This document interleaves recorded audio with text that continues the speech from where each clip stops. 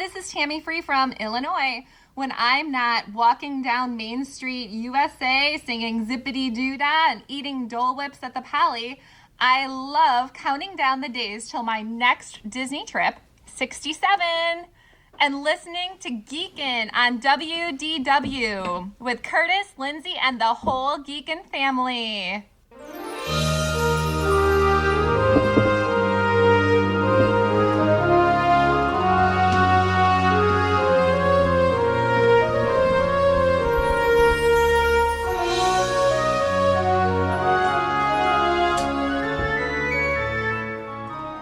Are you ready for a fun-filled hour of food favorites, resort hopping, and hanging out with Disney World geeks? It's now time to go geekin' on Walt Disney World. Here's our dad and co-host. Hollywood was impressed with his performance in crowd scenes at the Indiana Jones stunt show. He never misses an 11 a.m. margarita at the Mexican Pavilion. And Mike Wazowski is still raving about his performance as that guy over at Monsters, Inc. Laugh Floor. Ladies and gentlemen, please welcome Curtis Stone. Welcome home, Disney World geeks. This week on the show, Lindsay and Holly reverse interview me for my September 2018 trip report on episode 256 of the Geekin' on Walt Disney World podcast. I am your Geek and Family Podfather, Curtis Stone, and we are the family-friendly father-daughter podcast, also featuring Mama, Auntie Judy, Soul Sister Holly, cousins Jen and EJ, and our Geek and Family will feed your passion for Walt Disney World by sharing our experiences and opinions, as well as others from our community of passionate Walt Disney World geeks. I'm so excited you're here with us listening to our show because geeky Disney people are awesome and we consider you family, part of our Geekin' family. Join us every Monday as we share travel tips, resort reviews, and lots of food talk through our live trip reports, interviews with our Geekin' family members about their trips, and special guest roundtables on fun Disney World topics from Geekin' family members all around the world. We take pride in the awesome and positive community in our Geekin' family, so come join us to share in our love for Walt Disney World and each other, and I bet you'll learn something to try on your next vacation. If you're listening to podcasts to plan your Disney vacation, we're Disney travel experts and we're independent travel agents with Fairy Tale Concierge. Fairy Tale Concierge is an authorized Disney vacation planner agency. You can email Judy and Mama at travelintiaras@gmail.com. That's travelin without the G. travelintiaras@gmail.com, or go to our website, geekinonwdw.com/advice, and we'll get in touch with you to set up a free phone call, take a look at all the current offers, and you can book your awesome Disney vacation with us, and we really appreciate that if you do. Hey, geeks, this episode is fun for me as my daughter Lindsay and our good friend Holly Burkcase review my thoughts and on my September trip to Walt Disney World. This is great for me to see what it's like for you guys when you get prepared to come on the show and record your trip report. And I really had fun talking about my September trip. Here's some of the highlights. We had a great room at the All-Star Sports and enjoyed the quick service meal plan. I don't know. It's been a while since Mom and I have done that, and it was great to do that for the Food and Wine Festival. I give you lots of food reviews based on that quick service plan. I talk about meeting up with Holly. We did the Star Wars Void for the first time. We saw Up with the Flights of Wonder for the first time. The Kringla Bakery update, I talk about that. And some of my must-dos, I did the Cheshire Cattail. That was a big recommendation from several on the Geek and Family podcast that I've done recently. And I love the music down at Disney World, so I talk about the Eat to the Beat concerts with Tiffany, Glass Tiger, and Mercy Me. Some of my favorite experiences are always when I get to meet listeners in the parks. I got to meet Michelle Young, who is a podcaster for the Disney Dream Girls. It's so cool to meet a fellow podcaster.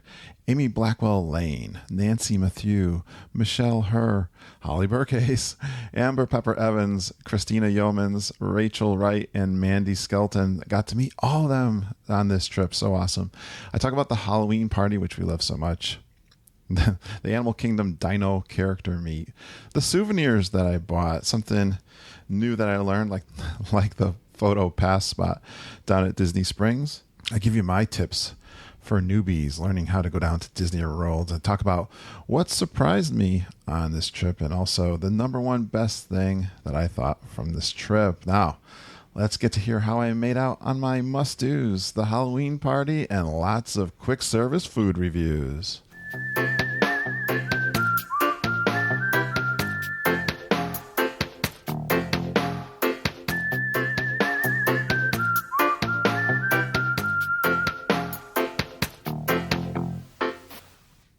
Well, finally, after 250 whatever episodes, I get to be on the podcast.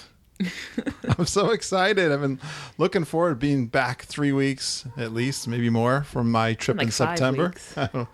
Is that no? It's only October, early October right now as we're recording this. But I am excited. I've got my notes ready. I'm going to be interviewed by two of my favorite ladies and co-hosts. Let's bring them on. She's been called the best personal tour guide and a Walt Disney World encyclopedia so many times she's lost count.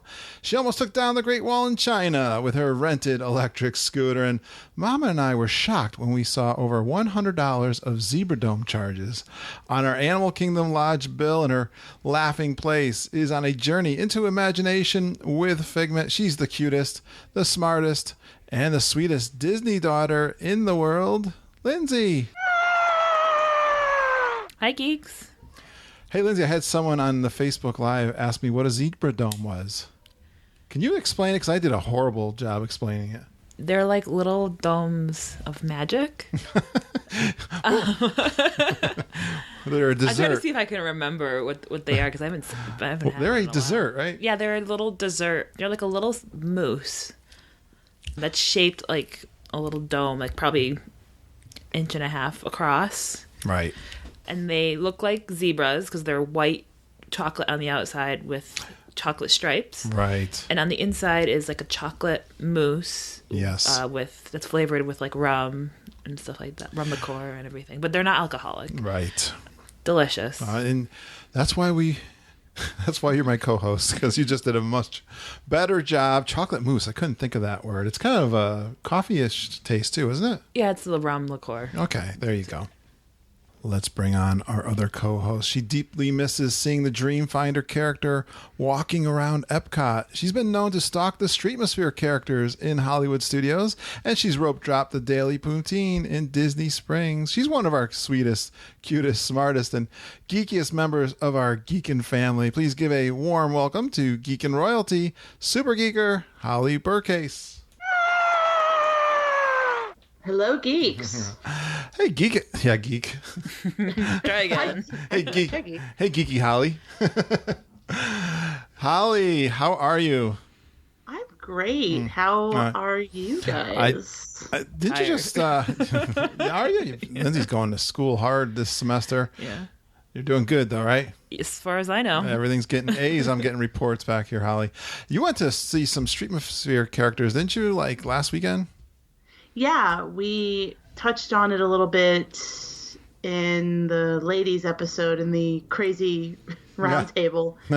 Yeah, there was a couple that their characters are being retired, and I wanted to go see them because, as my intro implies, I do in fact stalk them. And actually, it worked out as well because Peter and I watched the Galaxy Far, Far Away show, and I forgot that it's going dark for, I want to say, a month or two to do pavement work. Oh, so okay. That just kind of worked out. It was kind of a serendipity thing where I was like, oh, that's right. That's going away for a little bit, too. Oh, wow. Lots of changes in Hollywood Studios. Yeah, that was one thing I noticed on my trip. We'll get into that because we're going to interview me and my trip report. We did a living room trip report with Auntie Judy, Uncle Ken, and Mama, which has already been out there in the feed if you're listening to this. I thought I would not say too much of my opinion. I just kind of hosted that one and let them get all their thoughts out. So now I'm going to take a deep dive into my trip report. So I'm excited. I took some notes. I shared it with my daughters. And they're going to, I guess, come at me, take turns asking kind of the usual questions we usually cover in a trip report. Yeah, you just went down your list of what you usually ask the guests. So. Yeah, and true to my form, I've got a lot of food talk that I'm going to talk through. So I got 2 pages of notes. We expect no less. Yeah, so be prepared for that. Make sure you've eaten. And I say make sure you've eaten because it's dangerous. These food-heavy ones are like killing me at like 6 a.m. when I'm like, yeah, I got my protein shake. I'm doing great. And like descriptions of food. And I'm like, okay. I can't listen to this right now. Yeah, I don't know how much. This is more, I think, because I did the quick service meal plan. It's more about recon. What's it like to do the quick service meal plan? What kind of places were my favorites kind of thing, too?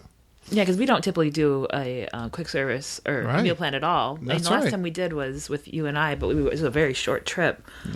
That's right. So we don't usually do the full dining plan anyways. We just kind of do it on our own with the Tables in Wonderland. Exactly. So I'll tell you all about my experience there, why we did it, and all of that. So you guys ready to reverse interview me?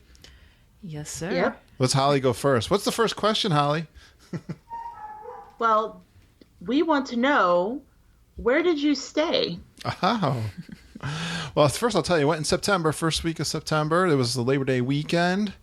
We stayed. This was a budget trip. So the way this came about. It was last minute, too. This was pretty much last minute. We say, I think there's a little debate going on whether it was 2 or 3 weeks before. There was a little controversy in the Stone household, too, because I had my heart set like all summer for like 8 weeks. I was kind of secretly planning to go to Wildwood, which is my favorite beach in New Jersey. I have a friend that lives in New Jersey. Him and I were talking about it. It was basically, could we financially pull it off? And he was planning on going. And I approached Mom, and then like, nope. Usually we go with a big family crowd, like my sister and her husband. And my nephew will go, and Ben will go, and sometimes Harry and his girlfriend. And so even my parents have gone, but everybody was pooping out. I ran out of family members that were interested in going. And one day Mama says, Judy and I booked Disney World because it costs about the same. We're going to do she had it all. They had it all as, as travel agents and Disney geeks they are, talking Disney. They had to take a break from their January planning to plan the September trip. And after I said, well, I guess nobody's going to do what I want to do. I guess I'm a podcaster about Disney World. I better get excited about this. So I did get excited about it. And so we did budget, tried to keep it, the expenses down, and we did All-Star Sports for the very first time. Actually, we've done All-Stars before. Which I was shocked that you picked sports, but I guess it's because it was the cheapest one, right? Yeah, I mean, they're shopping prices, but I didn't have any choice in the resort, or I don't get a lot of choices, Lindsay, when I go with them. Yeah, well, that was your fault for keeping it secret. Mom didn't know. But it was fine. It was, so the All-Star Sports, and they really scored on the room. Big kudos to Mom. Really? And Judy. They got us into a room that was first floor, like the first building closest to the food court, main building, and right across from the gate of the pool. You guys lucked out. I guess it could be loud, but I guess as far as location goes for proximity, that's pretty good. Yeah, you don't get the sense. Did you use touring plans to get that room, or was it just like pure luck? That's touringplans.com fax service. So, yeah. So what about the room? What were the best parts of it? Location, like I just said. Because no bugs between the sheets, like we found the last time we stayed at All Stars. Right under the pillow, like it was waiting for me. That's right. We did have a little bit of mold, a little bit of critters and issues. Mold, yeah. No, nothing like that. Actually, I thought the room was fantastic. I got a feeling that Didn't they renovate them not too long ago? I had a feeling of renovation. I'm not the best. They're in the process. I think right now they're doing like the preferred rooms first. Mm-hmm. And it's sort of like what they did with Pop. It's like they just kind of closed down one building so that they're not losing too much capacity. But I believe the newer ones look very much like Pop now with the Murphy beds. Okay. Murphy beds? The ones that pop down. We got a adjoining door room, too, with Judy and Ken. Cool. Which Mama and Judy love, and I find it kind of annoying. Like, Mama and Judy are soul sisters, so they'll have the door open the whole time. I know. It's probably wouldn't matter anyway. I mean, I want to hang out in my underwear when I get home from the park. You don't want Judy walking in. But, it probably wouldn't have made any difference anyways. But they got that little curtain that you can hide, to take a shower. Yeah. That separates the bedroom from the bathroom. Yeah. But no, it's not exactly deluxe logic. The rooms are fine, and I like the beds too. Really? They're pretty firm, which I actually like. I think you know what my problem is with those beds. It's not the beds themselves; it's the sheets. Okay. I feel like sandpaper. I didn't know. I'm very picky, though. I'm very picky. I am not picky. You have very high standards. I do. I want to say, we're DVC owners. We've stayed at most of the deluxe resorts, and I'm I'm not a snobby guy. I love a nice room. I'm perfectly fine. The thing about All Stars, and I've talked about this before, to me, the deluxes are just so awesome. They're just, I don't know how else to describe them. They're beyond words in the magnitude of the closeness to the parks and all that stuff. But the All Stars are a nice room, nice place to stay.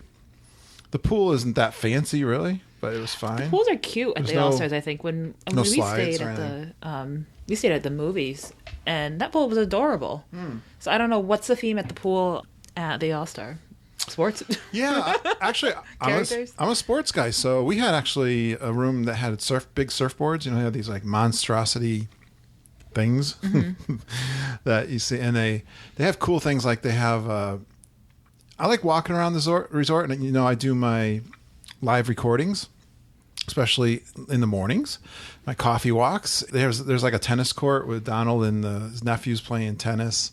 There's a big Mickey statue like in the middle, but it didn't seem like an enormous resort, although it is, because we were so close and didn't have to walk all over the place. To me, there's just always a lot of people. All Stars attracts groups. That's one of the things. That's the biggest downside I always feel about the value resorts. You're just like, we were in a high traffic area too, where our room was. Yeah, so there was just people all the time. Yeah, if you go to I get up really early, so even when I get up, there's not really a lot of people getting coffee or like that. I'm always up before everybody else. But if I'm a little later, like later in the week, sometimes happens, it's mobbed. Yeah. And at nighttime, people So with it being a bigger resort, how was the transportation? Because I know we've heard some like good and not so good when it comes to some of the values and their transportation options. Great question. So at here at the All Stars, of course, they have 3 resorts. All Stars is the first one, and then the movies is next, then music. No, music then movies. No, it's music then movies. And the first time, I thought All Stars was the sports was in the middle. Nope, it's on the first and the end. So actually, we were really lucky when we got off. Mommy and I took it was actually kind of fun. We were flying, and Mom and Judy and Ken were driving, and we landed in Orlando, and I looked at my phone, and we have these Find It apps for iPhone. It's just a tracker thing that's built into the phone. Exactly. And we track each other, especially when we're on vacation. And I could see Judy and Ken were just entering Orlando on the road. They've been on the road for like 3 days. I was like, hey, Mom, look, we're going to beat them. But we only had like a 15-minute wait to get into the Magical Express. And luckily, we were the very first stop. That's awesome. Because I think they were stopping at other things. I was excited because I had a chance to meet somebody. We're going to talk about that. Who I had like a half-hour window. Yeah. And I had to get my annual pass and all that stuff. But we're talking about the transportation. The first time we got on the bus to go to somewhere, they had one of those double-decker buses, that are the really crowd, the tall, crowd, the long ones, extra, like the like accordion bus. Exactly. Yeah, the high capacity where like buses. takes a corner and you're like, oh, please don't turn. Don't like. I always scared to go disconnect and like go roll it away. they can stuff them in there. That one time we did go to the other 2 All-Star resorts, and I'm like, oh, is this going to happen every day? But it didn't. It was essentially because even Judy said they seem to have their own transportation, each one of those 3, which is nice. That's really good. Yep, because a lot of those bigger ones like Caribbean Beach And I know Port Orleans, they kind of go in a big circle. Even Old Key West does that. And so you don't have that. So that is a great thing. No problems, Holly, with... I would say we did really well with transportation. Yeah, I'm surprised because you guys had to take the bus because Judy was using that scooter. And so yes, that's right. We are. And Mom actually ended up renting a scooter 2 days in. She was having some foot pain. She has been. But you can't. And she's decided to get one too. So she actually ended up getting a scooter. Yeah, so... No problems with transportation. Before we move on, can you tell me a little bit about the quick service at the sports? Yeah, I would, I always like, because it's like a food court, me, I'm the buffet guy. Yeah. So I like having a lot of choices. It wasn't bad, but I wouldn't, there wasn't anything on the menu that, really excited me. It was go get coffee. Did they cinnamon buns or anything? Because I know the movies did. You know what? Mom discouraged me from using my snack credit on cinnamon buns at the resort. Cinnamon buns are expensive. I think that's a decent use of your... They're smaller there, right? They're not like... No, they're not huge. But you had 2 of them when we went to the movie, so I thought you liked them. Oh, yeah.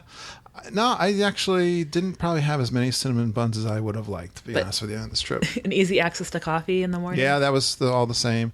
The big talk was... the Halloween mugs. Yeah, you're going to get into that. I guess we can talk about that too, but I had a burger. I ate a lot of fries and chips on this trip. Guess how many pounds I put on? Oh, jeez. I usually average about 6 when I go. That's pretty good. For a week. I did 10 pounds this time. Wow. So it might be the fast service, quick service. Yeah, quick service tends to be, at least to me, a little bit more of the there's healthy options, but pack it on. Fries. So I usually don't like to get the burger thing, so that's what I did actually end up getting. I probably ate there twice, and it was a burger with barbecue, pork barbecue hamburger, and I liked it. It was good. It was fine, but I always look for the thing I wanted to try with doing the quick service time was just try a lot of different things and try to find something that's just, because their quick service really isn't like normal park food. Yeah. Right. Yeah. So that was my quest. One of them. So we're on food. Yeah. We've already got there, huh? We're like 10 minutes in? It's like a new record. Enough of the resort. So, what did you eat? Yeah. I mean, you were on the quick service plan, so did that, I guess it's 2 questions. What did you eat, and how did your quick service plan sort of inform your choices compared to normally? Yeah, so Mom and Judy really, I think this is a tip we usually give people. If you want to try the meal plan, if you're not on the free dining, price it out. And they priced it out. And the thing that was the big advantage this time, I think, that put you over, you can have a beer or a glass of wine. And you can actually have the margarita, the frozen lime margarita on the quick service plan with your meal. Come on now. That was that's pretty great. That put it over half your budget right there. So. Yeah, and you priced that one out. I want to say Mom priced it out. That meal that her and I had, which was the nachos and our usual. We just walk up to the counter, the usual. It's 11 a.m. And it was like over $45 for that, something or more. So just for that one meal. So that worked out good. I'm gonna go in order. So I thought the meal plan was actually worked out, and like we said, just sit there and work out the numbers. Think about what we're gonna do. Yeah, and most of the websites on the Walt Disney World website, the menus have the prices listed with them. So you certainly can do that. And hey, if you want to take the time, if you got long enough time to plan, Mom's doing it right now. I think for a January trip, I saw her doing this last weekend. I'm gonna go kind of day by day, if you don't mind. I had my phone and my camera, pictures. I always take pictures of my food. Ugh, those kids always taking pictures of their food. I know. It was good for remembering. And the first day, Saturday, September 1st, Columbia Harbor House. Now, so Mom said that. I was like, oh, okay, whatever. Because you say that all the time when we have something listed that we've done a million times before, and then you always come out like, oh, I like that. I enjoyed that. So we started out with the classic, the lobster roll, and I liked some people have said the lobster roll had changed a lot. I still loved it. It's big. It was still good. Lobster roll. I had my chips. I was happy. So that was my first day. This was the next one was at Epcot. I think this was actually my favorite of the whole trip, and I think you two probably will agree with me. But we did the Tangerine Cafe in Epcot. That's the Moroccan pavilion. That's a good one. See, I didn't care for it when I had it, but then again, you don't have good vegetarian there. Okay. I like the platter, but it's very like you have to like everything that's on the platter to make it worth it. And I could see where some people I know some people don't like tabbouleh.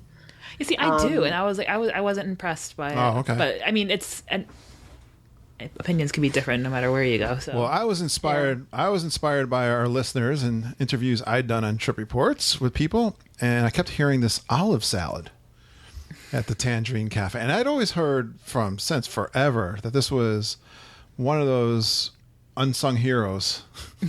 What's the word? Hidden gem. Hidden gems at Disney World. And I had eaten there before, and I liked it. I like wraps. I like sandwiches and that kind of thing anyway. So I said, you know what? If I'm going to do the olive salad, I want to do lamb. That was always an intriguing thing that I never had before, or too much of. I love the lamb. Oh. And they have this if you look, I think it's like a chicken thing and lamb. You can see it. It's like in a spool, and they're carving it off. What is that called? It's a cone. It's shawarma. Yeah. Shawarma. There you go. It keeps rotating around a heating element, and they shave it off. Yeah. It's really well spiced. Is that the word? It's flavored. Yeah. So. Yeah. It's got a good flavor without it being like. Yeah. Because I think a lot of times the reason people don't go to Tangerine Cafe, I think, is they think it's going to be spicy, or they think it's going to be like weird flavors. Yeah. I like Mediterranean food. I love Middle Eastern food. We have a place right next to us that serves very similar things with the falafel and stuff like that. And I love falafel. it's good, but I understand for some people it kind of freaks them out. In their mind, they're like, "Oh, I don't want that. That sounds weird." When it's delicious. It sounds a little exotic. And anyways, I really enjoyed that, and you could actually get two sides, and I ended up getting 2 olive salads. And they were very. I love anything like salads. I love vinegar based. You love pickled things. Yes, all sorts of things I absolutely do. And one of the reasons why I love the buffets because a lot of them have those kinds of things. I love olives, and Mom yelled at me. I bought an olive salad. You have like olive salad bar here at the. We have them all over the place. Price Chopper has one. Yeah. It is expensive when you antipasto salad, stuff like that. I love that stuff. So that was my favorite of the trip for the quick service, I'll have to say. Yep. Came up right early.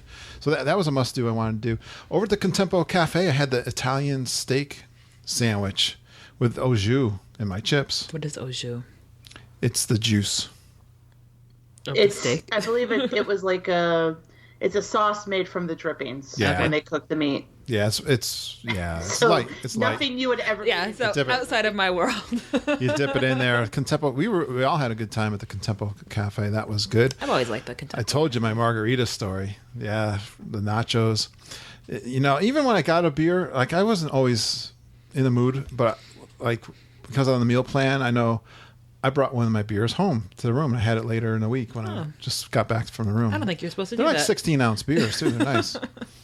Yeah, that was good. Because usually when you order a drink, they'll open it in front of you. Yeah. Before you leave the counter. Open it and sometimes pour it. It's like a can, I know, but usually they'll open it and they won't let you take it. I think that one I got back at the room. You sneak by them. Yeah. Of course, this was the Food and Wine Festival. The great thing, I really did also like the quick service meal plan because of the way that you could use your snacks to snack around the world. That is such a great deal. Food booths. Yeah. And most of the things are included on the meal plan. And not only that, you can trade in one of your meals, in which I did. I'll tell you which one. You can trade in for 3 of the snacks and for your, take your place for your meal. Mm-hmm. How does that work? Do you just say I'm going to trade it in, or?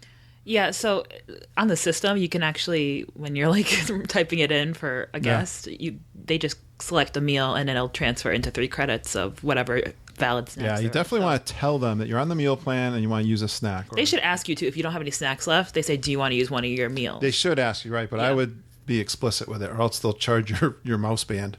Would you have to do all three at that, or can you, like, No, let's say all you have left is a one quick service meal left, and you want to try, like, one item from the France booth. Can you say, hey, I want to use this, but I only want to get the one, and then it breaks the other two, or do you have to use all three at once? Yeah, if you say I want to use my meal for this, but you only have one item, that meal is totally taken up by that one item. So you can get up to 3 items. Right. So okay, so it's important if you're going to do that, you need to use them all 3 at once. Yes. Right, which became that's good to know. Exactly, because there was a day we decided to do that. It was kind of weird. We got out of like Soren kind of and what was cool about the Food and Wine, they had not only around World Showcase, but there's some booths, like where that funny building is where what is that building? I always go to the bathroom there. Where are you right now? Like, I don't know. Yeah, where are we right now? You know where the Coke station is? Yeah. Yeah, the what's that? Ice Station Cool. That building, Behind that? Yeah, behind that. So those bathrooms there. Yeah. Between Interventions. Yeah, so between Interventions, right, that kind of section. The butterflies are usually there at the garden. Yeah, that back corner. It's behind the character spot. Yeah, so that's where sometimes they have little bands there. And anyways, they had food booths for the Food and Wine there. Oh, they had some I've good never ones. seen them there. They actually had, anyways, Ken and Judy stopped off there. There was a really good seafood one there that I actually was there the day before, so I didn't want to do it again. There was like a crab cake and shrimp and kind of stuff. So they did. That's where my favorite scallops are at the Coastal Eats. Coastal Eats. Thank you, Holly.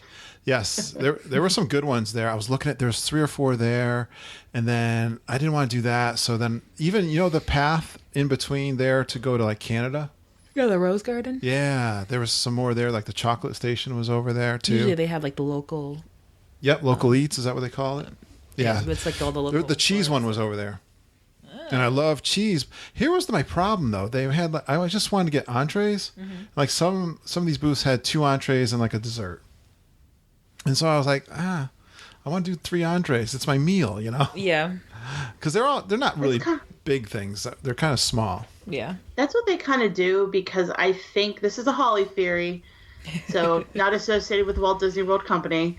I think what they try and do is shoot to have one quote unquote vegetarian item per booth. Yeah. And desserts are usually the easiest thing to be vegetarian. Okay. So a lot of times they'll do 2 entrees and a dessert. I want real food too. I know, I agree. I'm with you, but it seems to kind of be that sort, like, It's like when I go to the barbecue place, and the only thing I can get is the wine or the beer. Even then, sometimes it's got bacon or something attached to it. Yeah. So when this was happening, I'm like, I spent like 45 minutes searching, but trying not to lose Judy, Ken, and Mom. Mom said, forget you guys. I'm not hungry. I'm going and ride Frozen because we had a fast pass. So we like split up. And I went on a quest to find a booth that had 3 things that I wanted.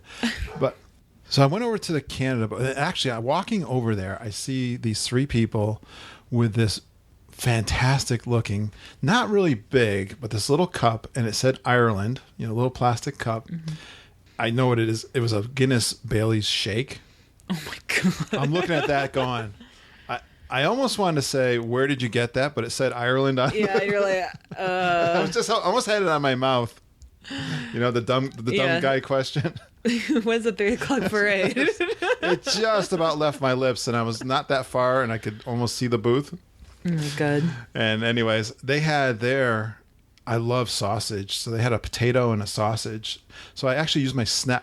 By this time in my quest, I was getting hungry, looking at all this stuff, and so I got that. And then I was like, I'm not going to get that shake yet because I want to eat my meal. And of course, they have a free cup with it. That's another. I'm a sucker. That's another thing. Yeah, like, drawing you in. The souvenir cups always get me. But anyways, I ended up going to Thailand. I was Greek almost got me too, but they had the cool thing about the Food and Wine Festival booths are the long names of the things that you're going to be tasting. I know, yeah. So I'm going to try They're really fancy dishes. You got to cram all the words in. Exactly. Marinated chicken with peanut sauce and stir-fry vegetables. And then seared shrimp and scallop cake with cold noodle salad. And red hot spicy Thai curry beef with steamed rice. That one's really good. I had that one last year. Did I do good? Yeah. All right. And then I went back to Ireland and got my Guinness Bailey shake. How was that? For $10.50. It was good. Divine. How big was it? I can show you. Like, was it like 4 ounces? Yeah, maybe 6. So it wasn't that big. It was pretty good. I mean, that was a snack too. Oh, that's pretty good. Really? Yeah, I'm pretty sure. I think I'd do that again. I love the inclusion of alcoholic beverages on the snack plan. Yeah, right. Good deal. All right, so I'm going to go back to... We talked about this. Oh, we're going to talk about the geeks that I met, but I'll spoil one. Michelle Young from the Disney Dreamgirls I met. First day when we were in Magic Kingdom. I'll tell you the whole story about that. But she told us about a lobster roll at the American Pavilion, which was, a smaller one. Not like the one you get. Taste. Yeah, but flavorful. Lots of butter. It was. See, I like that one better than Columbia Harbor House. It's just not as big, smaller. Right? Yeah. Right. Because to me, it had more, and I get obviously Columbia Harbor House, they have to make it in bulk, and it's not as small. Yeah. But the one, when I got it at the, what's it called? Barbecue, Smokehouse, whatever that is back there. Yep. It had like huge chunks of lobster. It did. And it wasn't as mayo-y, and I personally, I liked it a little bit better. But yeah, I couldn't. I guess I'd give it the edge too, but I love them both. So yeah, good stuff. Good little treat. I like that. That's a. Well, fun... did you guys do any lounges? We didn't. That was one of the letdowns. I thought we would do a lot more lounges. The only lounge we did was spend some time at the Polynesian Resort. And the lounge isn't really open. It's just the pop-up bars. Tambu. So it was a little awkward trying to... Actually, we had to wait a little bit. But actually, the server was really good. I don't know the name of the drink. I always like to get the back scratcher. Yeah. But they had a slushie that was like a passion fruit slushie kind of thing. Ooh, that sounds really good. It was really good. I enjoyed that. It was just, plastic cup, but I just sit there and sipped it. Gave you a little kick. Like all the fruity drinks. And it was hot. It was still hot when we were there in September. I'll tell you something I learned in this trip. And that you guys already know. Isn't Disney a place of extremes? Extreme thirst, extreme hot, extremely full, extremely hungry. Yeah. Oh yeah. There's no middle ground. There's extremely tired. Extremely tired. My feet hurt. But and all the good every on the good and the bad, it's always an extreme. There's like nothing ever in the middle, it seems like. So do you have any more food? Yes, I got more food. Let's talk more food. We decided to eat at the China Pavilion quick serve. Quick serve. How was that? I had the spicy chicken, Szechuan spicy chicken.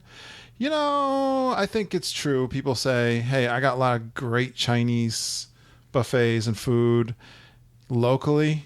It's kind of like, why would I go here when I'm in Disney World? Because we really have some nice Chinese restaurants around. I mean, I like that kind of stuff, like the rice and chicken. I'm not saying you didn't enjoy it. It's just what's like General special, Chow. right? That General Chow is always my favorite. I always get that. It always keeps me away from it because I'm like, when I'm at Disney, if I'm going to spend the money, I want to try something that I can't make or I can't get near me. Yeah, that's fair. That's why I never get Japanese food there because we have fair. a really good Japanese restaurant like right around the corner. I met Holly, and when I we'll talk about all my meetups, but that was at the Rizzo Pizza. Right? Pizza Rizzo. Pizza Rizzo. Yeah. I had that was my first salad the whole week. To be fair, it was covered in cured meats and cheeses. Yeah, I was going to say, I don't think I've ever had a salad at Walt Disney World because I don't want to eat salad in Disney World. I've had the meatball sandwich there. It's kind of small. I was in the mood for that, so I ended up going with this.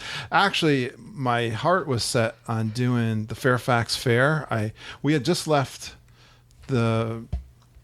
Can I say something about Pizza Rizzo? Yeah. Mom sent me a really cute picture of their garbage cans where it's like Rizzo saying, like, clean up after yourself, I'm not your mother, or your mother doesn't work here. I'm gonna get back. I'll talk more about that too. It's actually a pretty cool place because we kind of were gonna break up, and Mom and Judy and Ken, they were gonna mobile order. They were heading on over. So okay, I'll meet you over to Pizza Rizzo. I'm gonna go to Fairfax Fair because they got a really cool. Hollywood Studios has never been one of my favorites for quick serve. No, they've always had. It's been lacking. I kind of struggle with that one. Yeah. But Fairfax Once they closed Starring Rolls, it was like... Yeah, right, even that, right. Fairfax Fair, though, has a bunch of really cool entrees. I don't have them in front of me, but... Where is that? It's towards Tower of Terror, right before you get there in the Rock and Roller Coaster. Oh, it's on the way over. Line of... Yeah. If you're walking towards it, it's on the left-hand side. Yeah, it's in that right in the corner there. Yeah, cool. They didn't open until 11:30, and I got there at 11. So I was like, Mom and Judy and Ken are going over to meet Holly. I'm not gonna sit here and wait. I'll just suck it up and go eat whatever. I didn't want to have pizza though. Anyways, I get over there and I don't see Holly. I don't see Mom. I don't see Judy. I was like, I'm hungry. I'm gonna just order. And I get my salad, and then I track. They're not even near. Mom and Judy and Ken aren't even close to being there yet. Because I called them, and so I bet you Holly's out front waiting for us. And sure enough, she was.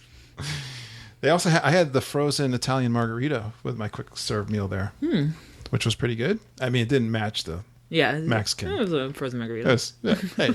Hey, I was out of town, wasn't in this, but it'll do.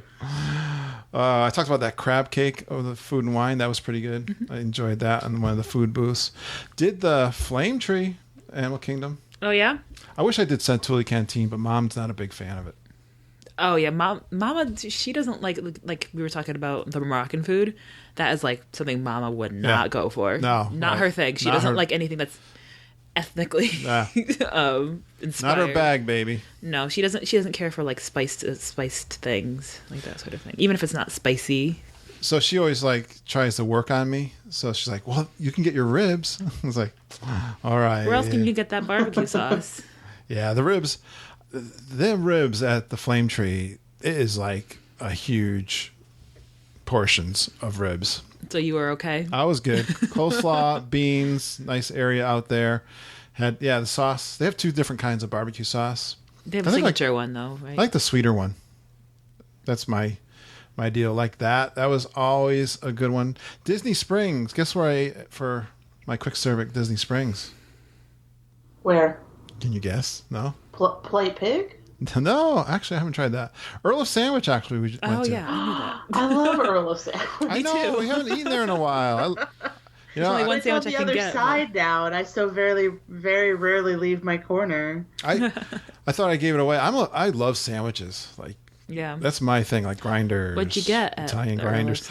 I did have the Italian sandwich. Coleslaw. You get a slide. Did you get the Thanksgiving sandwich? No, Mom did though. Okay. She loves the cranberry sauce. She does. She eats it out of the can. That's funny how you knew that, Lindsay. What do you mean? How I knew that? I agree. I don't like cranberry sauce, but I love the Thanksgiving sandwich. Mm-hmm. Yeah. Well, because people would talk about it all the time when I was working down there, and you can go in through the back door to get a sandwich when you're on your shift. I think that's a good value there too. And I had a slushie there, non-alcoholic. I like those too. Yeah, so that was cool. I think I'm just gonna finish. You know what I got this time for a snack was the cherry kakigori. Oh yeah, that was something listeners have told me about. I'm so jealous. Can you tell me more about the kakigori? Because we never talk about it. Because we usually don't get it. It's big. It's in Japan. What is it? At the World Showcase. It's shaved ice. Does it? Because it's like syrup on top of shaved ice, right? Do you get like a mouthful of syrup at the beginning and then no ice at the end? You know I'm a professional at eating slushies and shaved ice. You go in without a. I have a plan. You have a plan. I go in with the plan. I don't want to. You have a system. I have a system, exactly. I never end up with just white ice. It looked really good, and knowing how hot it is, I was like, oh, that sounds so nice right now. Yeah, and it's big and refreshing. Yeah, I was thirsty, and it was hot. All of those things, guys. They got lots of flavors. That is a go-to. That is a must-do, I think. Everyone is told. I couldn't believe I never had that thing before. Yeah. Well, I'll tell you what. It is my fear that my system would fail, because it looks like when they pour it, like you're going to get a lot of white ice. Yeah, that's what I was thinking, because I was thinking of how they make it. I was like, I think you really got it. The ice is very, very finely shaved, though. I think it grabs onto it does. The liquid. You're right, Lindsay. More. My fears were unwarranted, and it was fantastic. I love cherry too, so that was all good. I'm just going to tell you. Oh, I can't forget to tell you guys. Be our guest. Mom and Judy were excited. Last time I did lunch there was kind of a rotten experience because we couldn't find a place to sit. That place is a zoo. It was pretty zooey getting ordered and all that. We all four ordered the French dip and with au jus. So that's a roast beef sandwich. Yeah, it was very, very good. I think there was French fries. The servers were really nice. They dropped off everything. I never had a problem. The times I've gone there with the service, it's usually just the crowd. Yeah, it's usually just too crowded. Yeah, but the cast members, I mean, God bless them for surviving that. You had to go get your own. I think you had to get your own drink, if I remember right, from the drink stations. Yeah, they have drink stations. And then, so I got Mom's her drinks, and then where'd you sit? Like back in the corner. This is the East Wing. I can call it. That's like the music box room. It's not the West Wing. It's the music box. I call it the East Wing. Yeah, it's the place where Belle was allowed to hang out. It was, everyone on the podcast really loves Be Our Guest. I think it's a good tourist trap. Oh yeah. I think it's fine. It was good. I felt like it took like a half hour for me to finally sit down and eat because Mom was giving me orders to go get her stuff, like mayonnaise. There was like 3 things she sent me back to get. Well, you can't sit down long enough. You gotta get a late seating. Like you gotta get that like 3 o'clock. Yeah, I could see that. I could see that. Where people have left and they're about to turn it over for dinner, and so it's quieter, it's calmer. That's, at least for me, that's how it's going to be enjoyable. But I kind of feel like I've done Be Our Guest for breakfast, I've done it for lunch, now I've done the new dinner. I'm like, okay, check, I'm good. Everyone's got to do it. It's good. It's the most themed restaurant in Magic Kingdom, I think. Good point. And it's iconic. It puts you into I don't know, the Jungle Cruise one's pretty well themed. I'm going to just mention a couple others. I want to talk about treats if you guys are going to ask me, or am I just going to interview myself?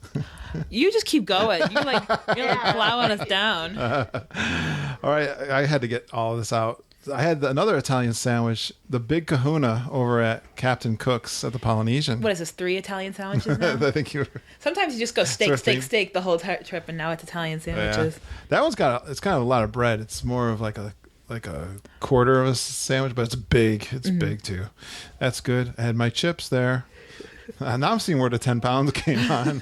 Yeah, I'm like, oh, okay, yeah, I get it. Fries and chips and fried seafood platter at the Columbia Harbor House. So I went off my lobster roll and I had the fried seafood platter. What was in that? Oh, I'm trying to remember. Shrimp, for sure. Fried shrimp. Well, there's a fish. Fish sticks. There was a fish, big thing of fish. I don't think there was fried clams. There was something else, but I can't think of what it was. So there you go. That's kind of my... Okay. So what did you do, non-food, for the first time on this trip? Like, what were some new experiences for you? Well, of course, Toy Story Land was new. Ooh. Yeah, that was the first time, Toy Story Land. Did you get to do both attractions? We did. The first time we went in, so we didn't have any fast passes, obviously, because we only booked. You booked like right 2 at the weeks end of it. before. Yeah, there was no way that they were going to be fast passes. No. So we went in there, rope dropped the first day that we went to Hollywood Studios. The line was 90 minutes for Slinky Dog. And the cast members were saying, hey, there's no line for alien saucers. They were lying to us. What they meant to say is, there's a line, it's not as long. Yeah. That's what they meant, but that's not what they said. And so anyways, we waited in line for that. I FaceTimed the entire time in line for alien saucers. My phone, actually, I had a real bad mishap that day. And my phone, I know now, I thought it just totally died. I mean, we were talking about where are we going to go on property. Is there an iPhone store, Apple store on property? No. It's about an hour away. Exactly. I think we were messaging you, Lindsay, trying to figure that out because it was just like dead, and it never gave any warning that it overheated. I was gonna say it sounded like it just pooped out on you. I had hopes, but I was really thinking it was dead. But anyways, we waited like 30 minutes, maybe longer. I really enjoyed that alien saucer ride. You did, or you didn't? I did. Did it make you sick? Cute? No, not at all. Yeah. So everyone, I'm a motion sickness person, and no, it does that little like whip kind of motion. Yeah. I bet you teacups is even worse for motion sickness than that one. Because the change of motion instead of just going in circles all the time. No, the teacups stay. They go one way. It's cute too because like all the aliens go wee. I love the. And I'm going like wee. That was fun. Yeah, and then another time we did wait in line, and I think it said it was going to be an hour wait, 55 minutes. It ended up being like 35 minutes. This is for the sausage still? No, I'm sorry, I moved over to Slinky Dog. Oh, okay. A different day we did Slinky Dog. Now, how were the seats on Slinky Dog? Because that's like the big question. After they totally failed with Mine Train. Holly can probably speak to this better. They were fine for me. I didn't even notice any problem. You don't have problems on Mine Trains. So. They were actually interesting when I was riding it by myself because it's instead of it being a U pull down and both your knees, it's just like a 7. Okay. If that makes sense. Yeah. So it's just a bar, and there, if you're sitting on the left, there's a bar down the left side. If you're sitting on the right, there's a bar down the right. It's super comfortable. I was obviously concerned because I'm fluffy, and after Mine Train, I was like, oh no, not another kiddie coaster. But I think they got a lot of feedback, and I would say that in my opinion, Slinky is more intense than Seven Dwarfs. Oh. So if I had a kid and I was trying to work them up to Everest, this would be the last coaster I would do before Everest. Like that's kind of where it sits for me. That's a good recommendation, a good comparison. Because it's not. It's got some good thrill, but it's not an upside down like Rock and Roller Coaster or anything crazy like that. So it's perfect for people like me. I think it's fun. I don't know anything about it. So is it themed? Like it doesn't go indoors or anything? No, it's outside. Yeah. No, it's all outside. It does warrant multiple rides because there's a lot of little details that you may not notice or hear or see the first couple times because it's just so overwhelming. Yeah. Because you're on it and you're like, oh, I could see Galaxy's Edge. Oh, wow, this is a lot taller than I thought. Oh, wow, now I'm going over this little Humpty Hump. It's really... I agree. And, I was talking online with a nice, fun guy. His name was Rob. We were really geeky guy. We were talking about a bunch of stuff, but he was giving me the science behind getting nauseous. I think he actually jinxed me because, like you said, I was kind of looking around and you could see the new Star Wars land pretty decently from the higher spots of that. So I think I was moving my head in bad ways, looking around a little bit too much. Yeah. And I did get a little bit nauseous, and that's only because I didn't keep my head straight. Yeah. Because I would have been fine if I didn't do that. You got curious. So I got a little bit nauseous, but not like I was, not like Flight of Passage. Now, you told me that you mentioned some Star Wars. Now, Mama had told me this before you left that you guys were looking forward to do something called the Star Wars Void. Yeah. What is that? Yeah, we've been hearing about that from listeners. Trip Reports have been doing with them, so I was excited. I thought I wasn't going to do it till January. It was going to be a priority. It was Ken's birthday too on this trip, and he's a big Star Wars thing. And actually, they had done this because they did it in like April. Yeah. So Mom and I, this is the first time for us doing the Star Wars Void. It's down on the end of Disney Springs, Jock Lindsay's side, like Boathouse, down that end of the park, even farther down, past the big Disney store and all that. It took up most of Once Upon a Toy. Okay. It and Bibbidi Bobbidi Boutique kind of split it. Like literally Once Upon a Toy now. You remember the first room you walked into? Like that's all that's left. Oh, wow.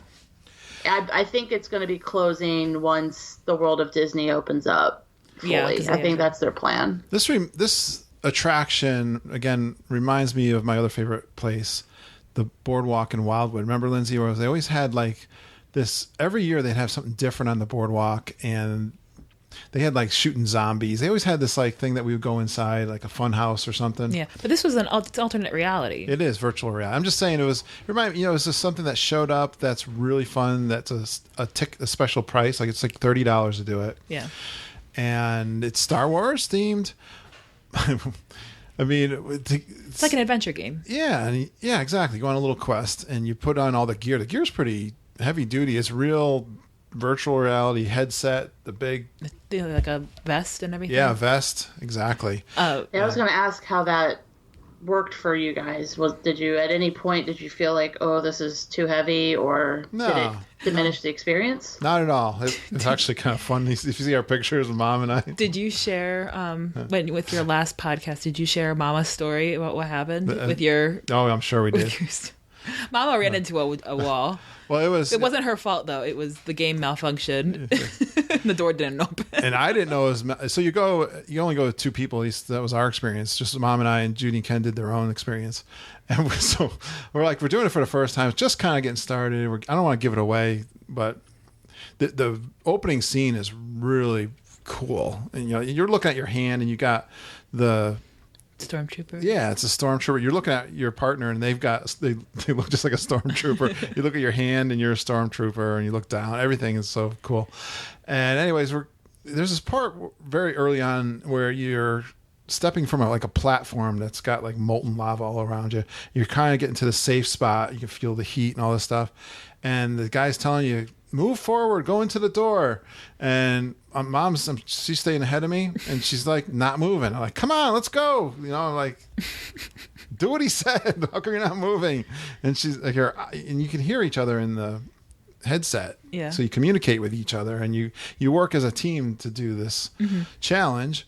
And she's not doing it. And I'm like getting frustrated. Come on. She's like, and then here's, because she told me she walked right into it, and she hurt herself too. She hurt her, I think, Pinky, her hand. Her hand, yeah. She like jammed her finger. Really bad because the door didn't open. And then they didn't really know that there was a problem too. It took a little while before. You guys, Mom called out to them, didn't she? Yeah, I mean, we ended up. Someone came in, we took our headsets off, and then you had to do a reboot, and we started all over again from the beginning.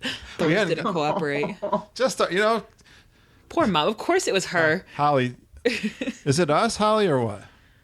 Oh. I mean, I wasn't going to say it, but let me put it this way. That also kind of sounds like something that would happen to Peter. So, yeah. Except the difference wouldn't be, oh, we need to reboot it. It would be, oh, no, we need to rebuild this wall because Ralph just went through it. Yeah, right. Well, Mom, the other thing was once we got started, there was a part where I'm shooting all these stormtroopers that are coming at us. They're across this bridge, and there's this board, and you have to press these buttons in the right order. It's like Simon. Yeah, like Simon. They play it in order, and you got to play it back. Yeah. And she couldn't get it right, and the guy was screaming at her, go busting get your her, partner. and I'm like, come on, let's go. I'm like holding the fort, trying to keep all the bad stormtroopers away, and she's fuddling around. I was like, if there's she was injured. I was just about to say we failed the game and it's all over, but luckily it wasn't that way. But it sounded like it was fun. It was a lot. Overall? Yeah. Okay. Definitely well worth it. Yeah, that's a good one. Would you do it again? Absolutely. And I mean, obviously that's something they certainly can change at will. Well, they have a Wreck-It Ralph one coming up. I did Oh my hear that. God, that sounds amazing. Have you heard? Is that going to be the same place? Yes. Oh, cool. So, and it sounds like they're going to be running them dual, so you can choose. So, wow. Obviously, hopefully it'll be up in about a month, and my dear sweet own Wreck-It Ralph can go do it. But yeah, I'm glad to hear that. I know Peter has loved it. He's done it twice, and I know that the McGees love it, and I'm glad that you guys enjoyed it. It's a cool thing. It's different, right. Yeah. But it just kind of it gives another dimension to your vacation. Absolutely, and being at Disney Springs, you got an attraction to do.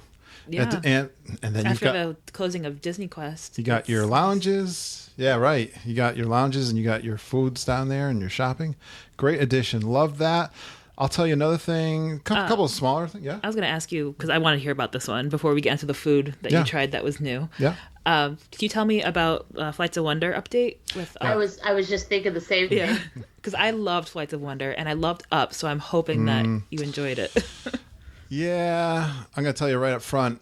I don't think it's as good as it was before. And the reason being, the Up characters are wicked cute. Like, I love Doug. Was it actually like the full costume characters on stage? Yeah, just like the meet and greets. So it was Russell and Doug. Yeah. The static, the non-moving. Yes. Yeah. Okay. Yep. They had those two guys. They were cute. I love those guys. So I'm trying to give them a break. They had a host there, and she had a lot of dialogue. Okay. And that was kind of our mom and I's take on it. There was a lot of dialogue, a lot of like storytelling kind of stuff, where not as much focus on the birds and their, abilities, the thing like they used to do a lot of. So yeah, so it was more of like a storytelling thing than actually like this is what the birds do and this is why. Here, let them show you. Yeah, that was kind of second to the story. That's a little my disappointing. Complaint. Actually, Mom said, remember a couple of people got up and walked out. So I think they're gonna have to take that feedback. Yeah. Well, I think they are. I heard rumors that they were bringing in people to kind of punch it up a little bit. Yeah. So what do you think if they came to you and they were like, all right, Kurt, how can we fix this? What would you do? Add dogs and cats. Okay, without adding animals. I want my animal show in Animal Kingdom. I know you do. I love the Birds of Wonder. They're the best part about that show, and he's been on there before, is it a parakeet, the one that sings? Oh yeah. And they said he has 7 songs that he knows by heart, and I don't remember what's Sweetie. Yeah, he sang 2 songs. I would have rather him done all 7. But only because he'll only perform if he feels like it, though. That's the thing. He was doing really well, and so seeing that kind of thing. They used to have one, Holly. They had this guy.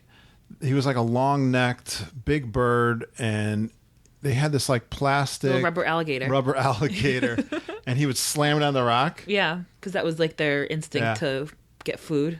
Yeah, they still have the birds that fly low and fly through the crowds a little bit and stuff. And they did that a little bit. You hold your arms up and they fly through that. They did that. They didn't do. Remember how they used to do? They did it with an owl, and they've done it with.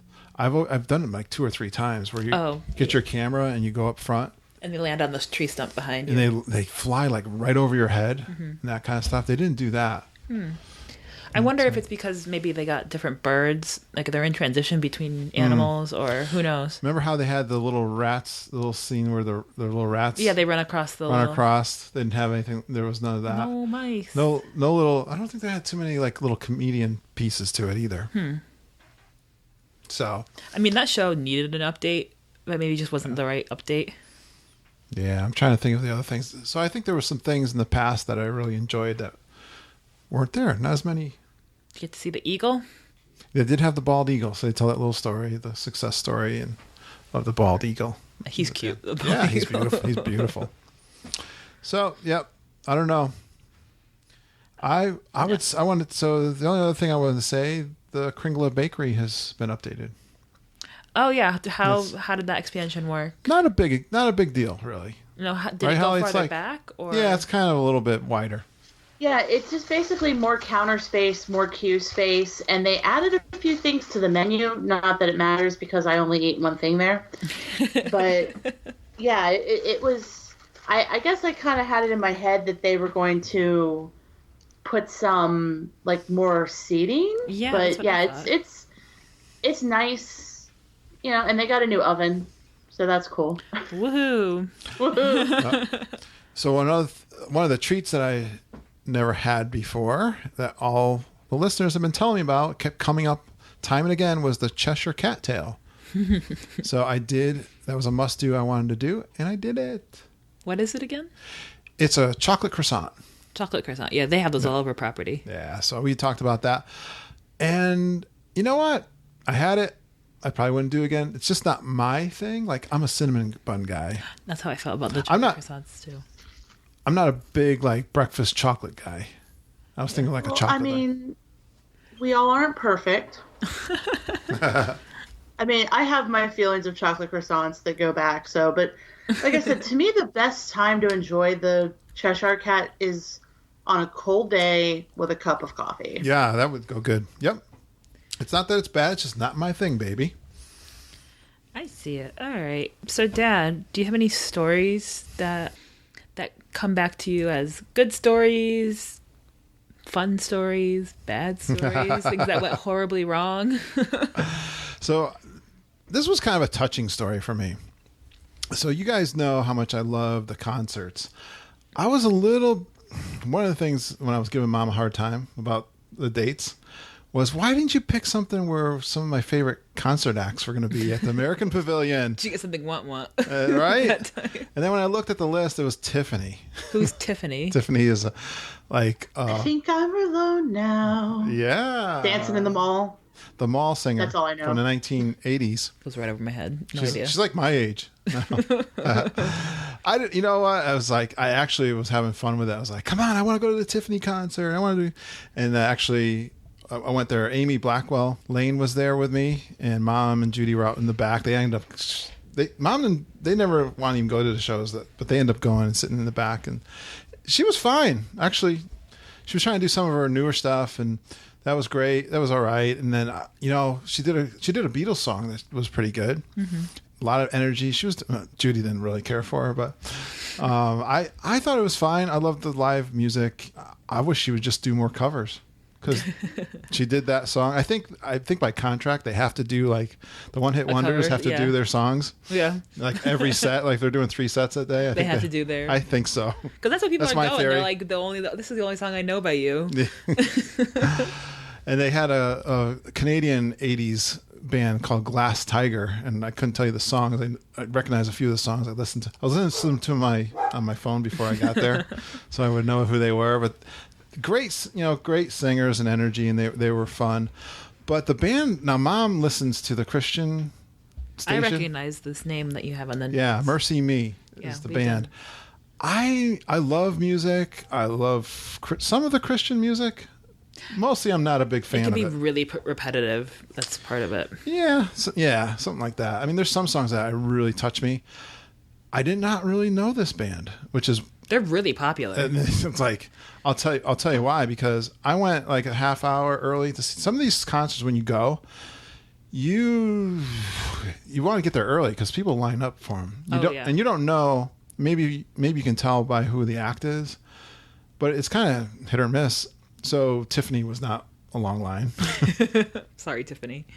The other thing the pass holders get is a band. You can go early, and if you can get a band, and they have a special seating reserved area for pass holders if you get the band, and you get one for everyone in your party. But I showed up like 30 minutes early for Mercy Me, and I could not sit down. They were already roped off. Wow. There were people already standing and filling up in the American Pavilion. And so I was like, wow, these must be good. They're really big. I don't want to stand, but I got to tell you, I was caught up in the intrigue of what's so good about what's going on yeah. here. I stayed. And you know what? What was really cool about it was, Lindsay and I have done church events where they have musical acts, the work camps that we did, and also... Hammonasset State Park. It's a beach that we had a annual September thing, and they always had a band and stuff. So, I've done that and have. Yeah, there's spiritual moments to it. What was cool about this is seeing kind of a bunch of Christians, undenominational, like really knowing the words and just having kind of a church moment there. I really got moved by it, and the singer was telling stories. And I guess they came out with a movie, which I want to see the movie. He was talking about a movie that they recently did and stuff. And it was just like, wow, there's other people like me around in the world. Who is this Jesus guy? He must be kind of interesting. So, yeah, I did have a moment there at the Mercy Me concert. Huh. So that was fun. That's cool. Awesome. Yeah, Judy, Holly, how you talk about the Christmas processional there? Mm-hmm. I was kind of feeling a little bit like that. That's the thing. I know some people, just a quick sidebar, were asking about it in the group. And, my big thing, I'm not the, biggest religious person, but I I love the candlelight processional because it transcends that. It's not. It's, to me, it's just a beautiful moment of peace and love and beautiful storytelling, and to me it moves me because it's everybody around you, it's just everyone is like together. Yeah. And so that's why, like, I tell people all the time, it doesn't matter who you are, what you believe. Like, to me, the candlelight processional is more than the sum of its parts. It is just a beautiful experience that you can get anything out of. And I appreciate that about Disney, because I think it is important that, you know, we all as a human race, you know, find common ground, find things that we can, you know, I know this is really like kumbaya-y. But you're explaining exactly what I'm talking about. It was like that. Like there were people that knew the words, and they were beautiful words, and they were, That's the thing. Like, to me, that's part of what I love about Illuminations. I love the story of, you know, we need to come together. We need to work together, because if we work together, then great things can happen. And, you know, and I know hopefully whatever replaces it will still have that heart to it. But that's kind of, for me, a very emotional thing of Illuminations, you know. Yeah, I don't have hope because that's what they did to Wishes. Well, but I like Happily Ever After, so, you know, but I didn't like Wishes, so, you know. But anyway, well, I'm glad you got to experience that. That's awesome, because I think a lot of times with those concerts, it kind of feels that they're more geared towards the quote-unquote locals than the tourists, because, you know, they can go and see them. But you're talking about moments. Let's talk about some of your pixie dust moments, or maybe an unexpected moment that happened on this trip. All right. The biggest and best pixie moments was meeting listeners. So I'm going to go down the line and tell you my little stories for meeting everybody that I got a chance to meet, which is always important to me and fun and special moments. And I had heard and read on Facebook, and I didn't know this till about midweek before I went, that Michelle Young from Disney Dreams Girls, she was going to be, I've learned she was there 3 weeks. She also did a cruise. Oh my gosh. In between, she was there for a week, then did a cruise, then was back at Disney World. And she was leaving at 1:30 from Magic Kingdom. And I was probably going to get in there about 1 o'clock. And Mom and I had to do the annual pass, you know, get it set up. So we knew we were going to be in line too. And we get to Magic Kingdom and I'm in line. And I set up this messenger on Facebook of all the people that I had a possibility to meet for the week. Mm-hmm. And I was just chatting where I was at all times. Because we didn't have like a official meetup. We ended up having one, I think, I take that back, at Epcot. But it was like if we were going to be in the same area. Exactly. I don't try to intrude on someone, but I definitely try to make an attempt if we're in the same park to meet up. But so I was really excited that, you know, Michelle's been on the show before. Mm-hmm. I've been on her show, and she's a podcaster. So a lot in common. Wanted to meet Michelle. She's from the UK. And so she was in... I was messenger from the bus because this was like when we flew in. This is the day that we flew in. Just got there. We just got there, kind of thing. Getting checked into the resort, all of that stuff. Getting the bus over there. Had like a half-hour window. She's going to leave at 1:30. And why is it that Judy gets to meet all of my people before me? And it happened again because she already had her annual pass. She went in and then she met Michelle over. And they were at the Muppets show. So I was sending pictures of what Michelle was wearing because she was messaging me, and Judy messaged me back. I know, I already found her. Oh my gosh! They hung out, you know, the Christmas shop there in the Liberty Square area, and so anyways, we got over there, and I'm looking. You know, you walk in the shop, I'm like, where are they? I'm walking all over the place. It's tiny. They were in the back part of it. Like, it's bigger than you think. Anyway, we got to meet Michelle, hung out with her for a little bit before she was heading home. So that was awesome. Great that you got to. Yeah. So that was cool. Got some hugs with Michelle. And I met Amy Blackwell Lane. I met her at Casey's. We were walking down Main Street, and then she was hanging out over by the piano there. And we actually ended up riding soaring together the next day. Oh, so you met up with her twice. And we had, because this little message thing going, and Nancy Matthew is someone who I've worked with before, and she she lives down there now. She rode soaring with us too. So it was Amy, Mom, a whole gang. There's like that's great. 7, 8 of us, whatever number was, and that was cool. She actually, I ended up seeing Amy again. She watched the Tiffany concert with me, and Jeff Opolka and his daughter and wife saw them over at Pirates. He's lives down there too, so I got to see Jeff. Took a lot of pictures. Michelle Herr. So we were in Polynesian, and we were eating there, and I think we were on our. Oh, we were on the quest to get the Halloween mug. Oh, jeez. So we were doing the resort loop so that we could see if all these resorts, if any of them had the Halloween mug, which was part of your meal plan. But they were supposed to be there. They were part of the quick serve, and they weren't there. And it was a whole thing. And they had them at the beach club, we heard. But anyways, we're searching for them. So she was going to eat 1900 Park Fare. And the time she had just gotten in to eat at like 5 minutes. I just missed her like by 5 minutes. Oh, man. I was like, and then I felt really weird. Should I go and stalk her? Like, how do you get in through the restaurant without... You just walk in like you belong there. I did. Mom and Judy, come on. They're cheering me on. Come on, go for it. So I got a chance to meet Michelle. I walked in there and stalked her. You just walk in, fill up your plate, and walk out. I was just saying, did you put some like mashed potatoes in your pocket? That was hard. Yeah, that was a buffet. That's hard. Take a treat on the way out.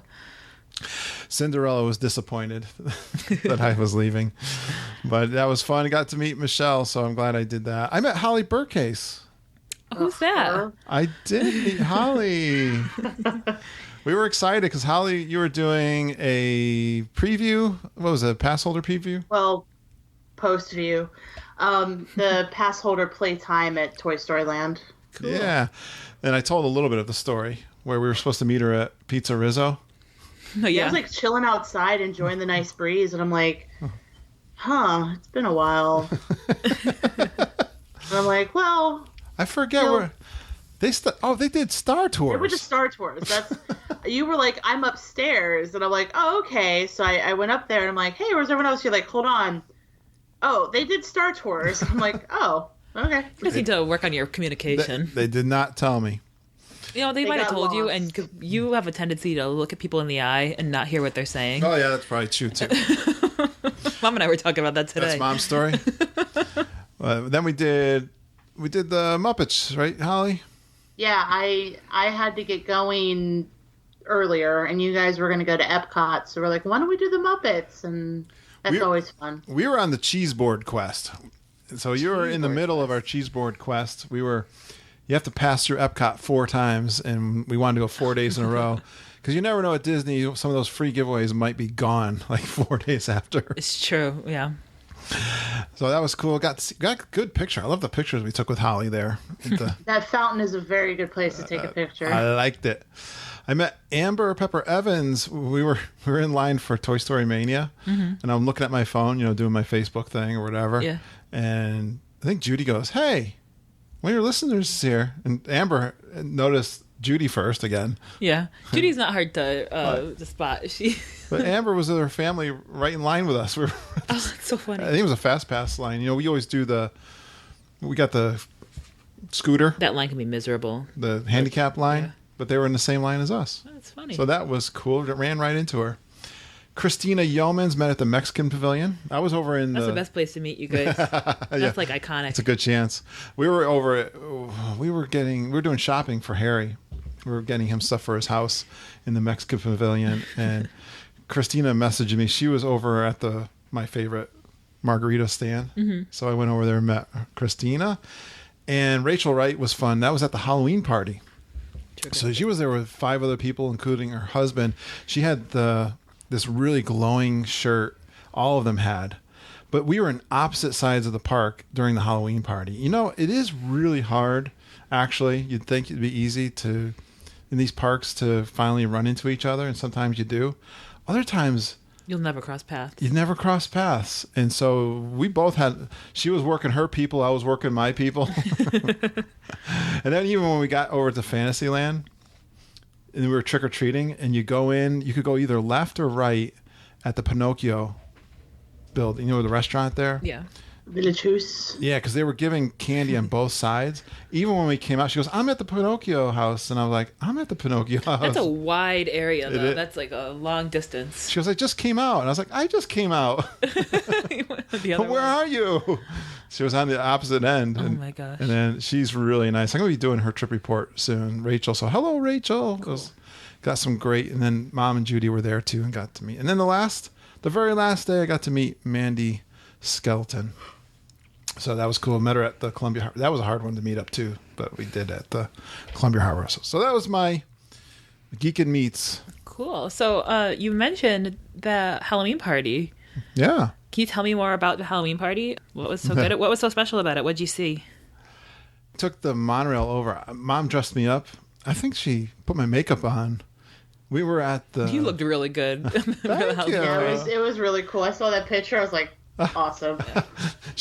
She put my beard and mustache on the monorail. She did a good job. And someone was laughing. It's like putting mascara on, like you're bumping. It was eyeliner, yeah. I bump it. Yeah, the eyeliner. She's putting eyeliner on while I'm on the monorail. On his lips, though, just was to say. No, under my eyes. Your eyes? Yeah, that too. Oh my gosh. How'd she do that? One of the guests was laughing because you really trust her.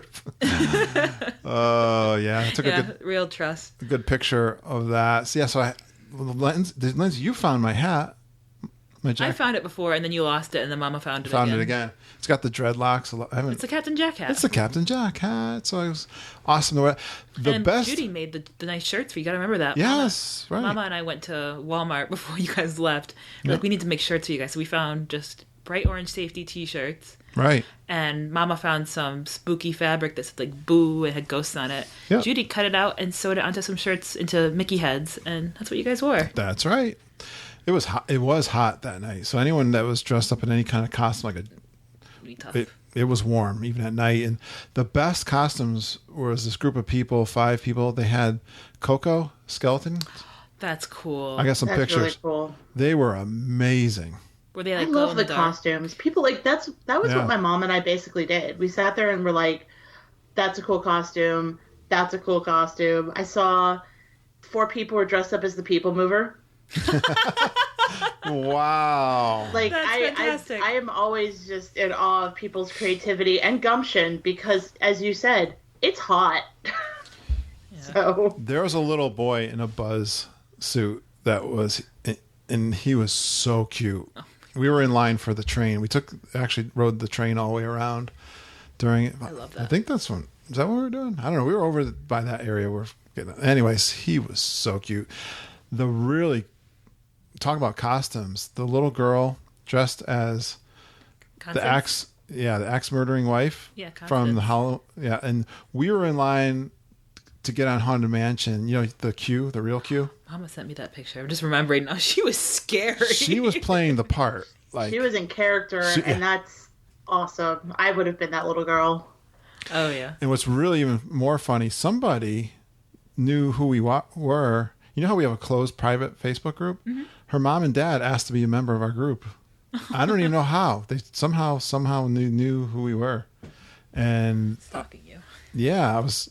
But you're famous. I think I looked at their profile too, and they do a lot of dressing up and going into the parks. So Disney bounding. They're Disney bounders, and they a lot of pictures with characters and stuff and stuff like that. Well, really you cute. Never know who you talk to because sometimes they'll email you and be like, "I didn't realize you were on Geekin'." Mm-hmm. Yeah, true enough.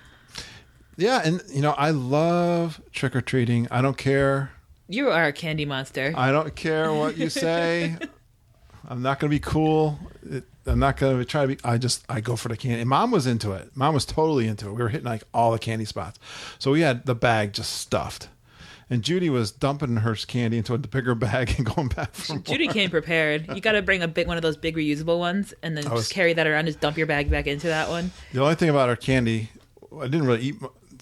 Because they drove home with our candy, and I was giving her a hard time because Mom told me when I got home like a couple of days after they get home and everything, and oh, my candy's here, great, awesome, I'm gonna eat my candy, and it's good candy. It's like the real name brand Starburst and chocolate bars. It's Mars, so it's like the good stuff.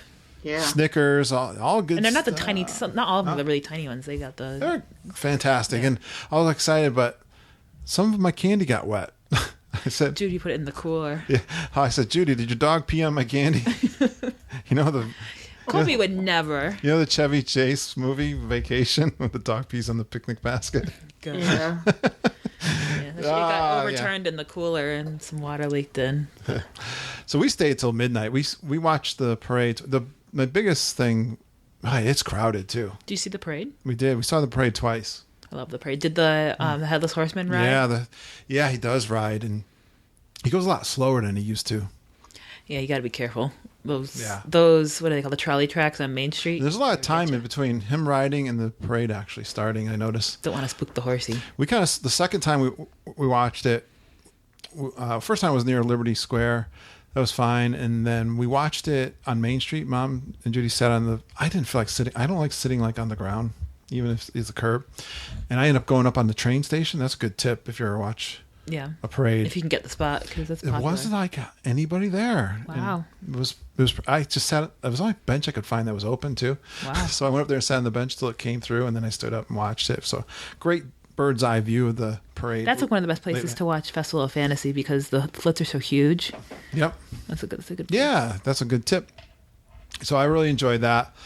And that was the longest day I ever did at Disney World. That was extra magic hours till midnight. Sounds like fun, though. I was...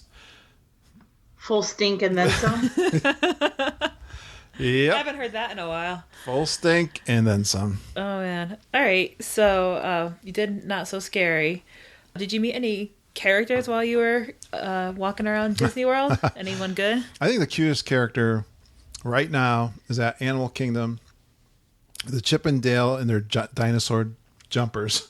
They're so cute and they're so fun. Like you can tell that they are really into it. Yeah. I haven't seen this. And you can see, what's the duck's name? Donald? Launchpad? Launchpad, yeah. So I walked up to Launchpad and I said, "Oh, Donald, you're much bigger than I remember you." Or then you look on TV, something like that. And the cast member thought I was serious. Like, no, that's Launchpad. Oh, okay. That's happened. We were, when I think I saw you said that, or you said that on one of the podcasts, and I laughed because when I was online to meet him with Peter, this woman and her kids were behind us, and she stopped the cast member, was like, "When did Donald get orange hair?" Gosh. And the cast member was like, "Oh, this is not Donald." Like, and you could see she's like, he's over there, and Daisy's over there. This is Launchpad. And she's like, "Oh, okay, yeah, we're gonna go meet Donald." Never underestimate the amount of stupid you will encounter on Disney World. That's right. Daisy was wicked cute. She was was whole section. I think they did like.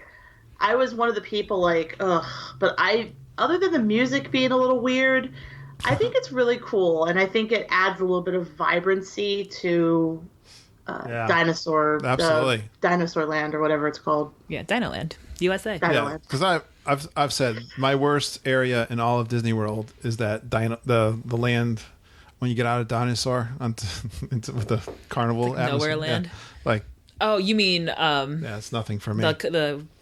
The carnival part. But the Chester and Hester's. Yeah, Chester's and Dino-Rama. Yeah. That's my least favorite Disney World miss spot. The mark. Yeah. Does nothing for me. So the characters there, they're actually on your way to Dinosaur. Mm-hmm. Chip and Dale are always fun. They're just especially cute. They just work well together, and they're great. But with the dinosaur costumes. I didn't see a picture of that. Did you get pictures with that? Oh, we got some. Actually, the PhotoPass thing lost our pictures for that. We had to hunt them down. That's a pain. That was a whole nother story, but we did get them, and they're wicked cute. And I was going to say, Daisy was so cute. She was hugging and wiggling and doing the whole thing. Daisy's very sassy. Yeah, we got some great pictures there, so those were good. I had a great time with classic Sailor Donald in Hollywood Studios. Cool. You never seen him at Studios. He was right in the very beginning of the park. I think we're on our way out, actually, and Mom and Judy were shopping. Ken walked out of one of the shops, and I didn't feel like shopping. I just said, I'm going to wait in line for Donald. So he's in this classic sailor. That's awesome. Was it right in the front? Yeah. Like where, like by the Fantasmic exit, or on the other side, kind of like where the Star Troopers come out for their show. Okay, yeah. Where they walk out of there. There's like a photo building there. Oh, Sid Congahugas. It used to be, they used to actually sell. Holly, oh my gosh. She pulled that out of nowhere. Like, oh my They god. used to sell merchandise, like signed autographed pictures of like James Cagney. I don't even know what's in there, but Unbelievable, Holly. Donald was. That's why we love you. Donald is awesome. He was giving me high fives. We were all kinds of cool. I got lots of great pictures. Ken came out and was taking pictures for me, so that was awesome. Cool. Very cool. Next question. So shopping. Did you do any shopping? Did you find anything that you wanted or not want, or not a lot of stuff? But I love. You know what? Maybe you like this stuff too. The festival merchandise. I'm a sucker for that stuff. Anything with Figment on it is like right up my alley. I'm such a sucker for that. And I know when Lindsay was there for the college program, and she got me a lot of cheap stuff from. Oh, because I caught the discount stuff. Plus, I had my cast member discount. T-shirts. I got the mug. I got everything from that time. And I was looking. You know how much I love to collect my bottle opener magnets? Mm-hmm. Well, they didn't have one for the Food and Wine Festival. Well, they might have sold out too. Those things go. I don't know. They had like this wooden thing that was a bottle opener, but it's not like a magnet on your fridge kind of thing, which is my collection item. They didn't have that, but the next best thing, I got a hat with a bottle opener built into it. Oh yeah, and it works. Okay, so about that hat, how did you end up purchasing that hat? Mom had given me cards, gift cards. She bought them specifically because use this for the Food and Wine Festival booths that you don't use your snacks on. And what does he do with it? So I bought my hat that says Brews of the World, which was like $20 with my discount. And then I got a beer at Germany, and it was the souvenir mug, which is a nice one now. It's like a Stein. That's like an $11 beer, so I got $5 off my $11 beer. I still had to pay for the rest. But that's what I got with my Food and Wine. Oh my gosh, Mama! I remember Mama calling. This is like the first day too. I remember Mama calling me like, "Guess what your father just did with the money that I gave him?" Like a kid. I spent all my money. I spent all my money on beer. Well, one beer. One beer and a hat. And a hat with a bottle opener. Had to have that. It tracks. I got my Irish cup at the UK booth because I had my my milkshake, my Bailey's and Guinness milkshake. This is something that Glenn Kessler had bought, and I'd seen it lots of times, and I know you guys are big fans of Morimoto's. Is that what it's called? Yeah. Right after the Halloween or Haunted Mansion. Oh, the Memento Mori. Memento Mori, yeah. Like Morimoto's, the Japanese restaurant? You were on the similar track. Yeah. Wrong. Close enough. Way off. I was like, where are you getting Japanese food in Magic Kingdom? So I bought the creepy zombie picture. Finally. That's a good deal, and it's... You gotta hang that up for Halloween. It's like $20, and it's getting with my discount, it was like $17, and it's kind of fun. You go in the booth there, and the cast member was fun, taking my picture. It was really fun, and that was the day we were leaving, too, so it's like an instant, come back in an hour or two. I think maybe it was 2 hours, and of course, he had gone, and the cast members were looking all over for my picture, but I did get it. That was fun. So that's like that 3D kind of picture. Yeah. And when you turn it, you look like a zombie or a ghost or I don't know what it is. Skeleton. It's like a dead person. Yeah, Haunted Mansion resident. So that's a great thing I brought. I think that's about it I got for souvenirs. That's not bad. Not bad at all. Sounds good. So... Let's get to some of the actual questions about your trip. All right. Quiz you a little bit. Did you learn anything new about this trip? There's not a whole lot. The one thing I wanted to tell you guys was this PhotoPass spot down at Disney Springs. Where is that? So it's kind of down near the same area where the Void Star Wars is. Okay. So it's way down on the marketplace side. So if you have your photo pass, it's like this screen that they can put projections on. You don't know what they have, and they take a bunch of pictures. Hasn't Holly done that before? You do that? Yes, I did it. The picture with Peter and the squirrel. I was going to say, I think that was your profile picture for a while. And we did the awkward Christmas photos. And the really funny one with Peter leaning on the column with a porg. Yeah, we get our money's worth. And it's good when you have a cast member that'll like play with you, play along with you, because we've had it where did you have 2 places that they took your picture, Kurt? I don't remember one there. Okay, because in the past they've had like 2, like you take a picture here, then you go to the next one and take a picture, and I don't know, maybe they just were like, we'll let them sit on the couch because Luke's trying to come in there. The other thing I learned is cast members will kind of fib you to get rid of you, I think. Like we went in there, and this is where I was saying, we were telling her, I was like, I can't find my pictures of Chip and Dale with the dinosaur suits.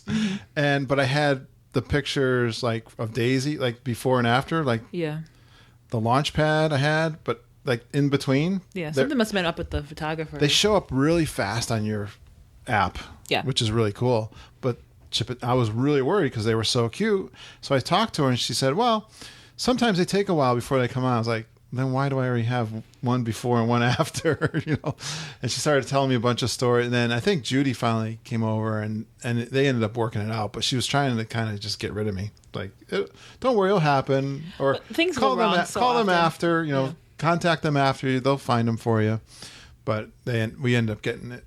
The other fib we heard when we were trying to hunt down the haunted Halloween cups, resort mugs. So one of the cast members said, oh no, we don't have them in the resorts, they have them in the parks. Who did you ask? Because that person just obviously didn't know what they were doing. Yeah, if you don't know, don't say. Like that was like a straight up like, no. Why would they sell a resort mug in the parks? Yeah, exactly. Well, they are selling it at Disneyland in the parks, so yeah, maybe. But okay. He shouldn't have anything. Well, it shouldn't matter, but it's. I was like, I've been going to Disney World and seeing these mugs for 20 years. They've never sold them in the parks. Well, some cast members do really have their head up way up there. Yeah, I think sometimes they make a story up. But anyways, yeah. Okay. Well, what did you, like, of all the stuff you did, was there anything that, like, way exceeded your expectations or anything that was, like, kind of disappointing or maybe a little underwhelming? All right. So, remember when they did in Magic Kingdom the expansion? Yeah, and then they were like, it's so great. And it's like a little part of the park. I remember the build up for the expansion at Magic Kingdom. I mean, I thought they were going to double the size of the park. Maybe that was all in my head. No, they really built it up. I mean, it's still good, but like they like yeah. And then when they unveiled the Beast Cast, you were like, yeah. So Fantasyland, the new Fantasyland, I love it now, and I thought the Seven Dwarfs Mine Train was going to be like bigger than the little island it's on. No, I mean, I just thought it was going to be like bigger than Splash Mountain, the way it was. I had these big, grandiose schemes in my head. And for Toy Story, I think I learned from that experience. Just don't. I don't think they built it up as much, though, either. No, probably not. Mom said the same thing. It's like, we didn't have these big expectations. We kind of had an idea what it was going to be. And so from that perspective, I think Toy Story either met or exceeded my expectation. That's pretty good. And here's the thing I love about these expansions is it adds.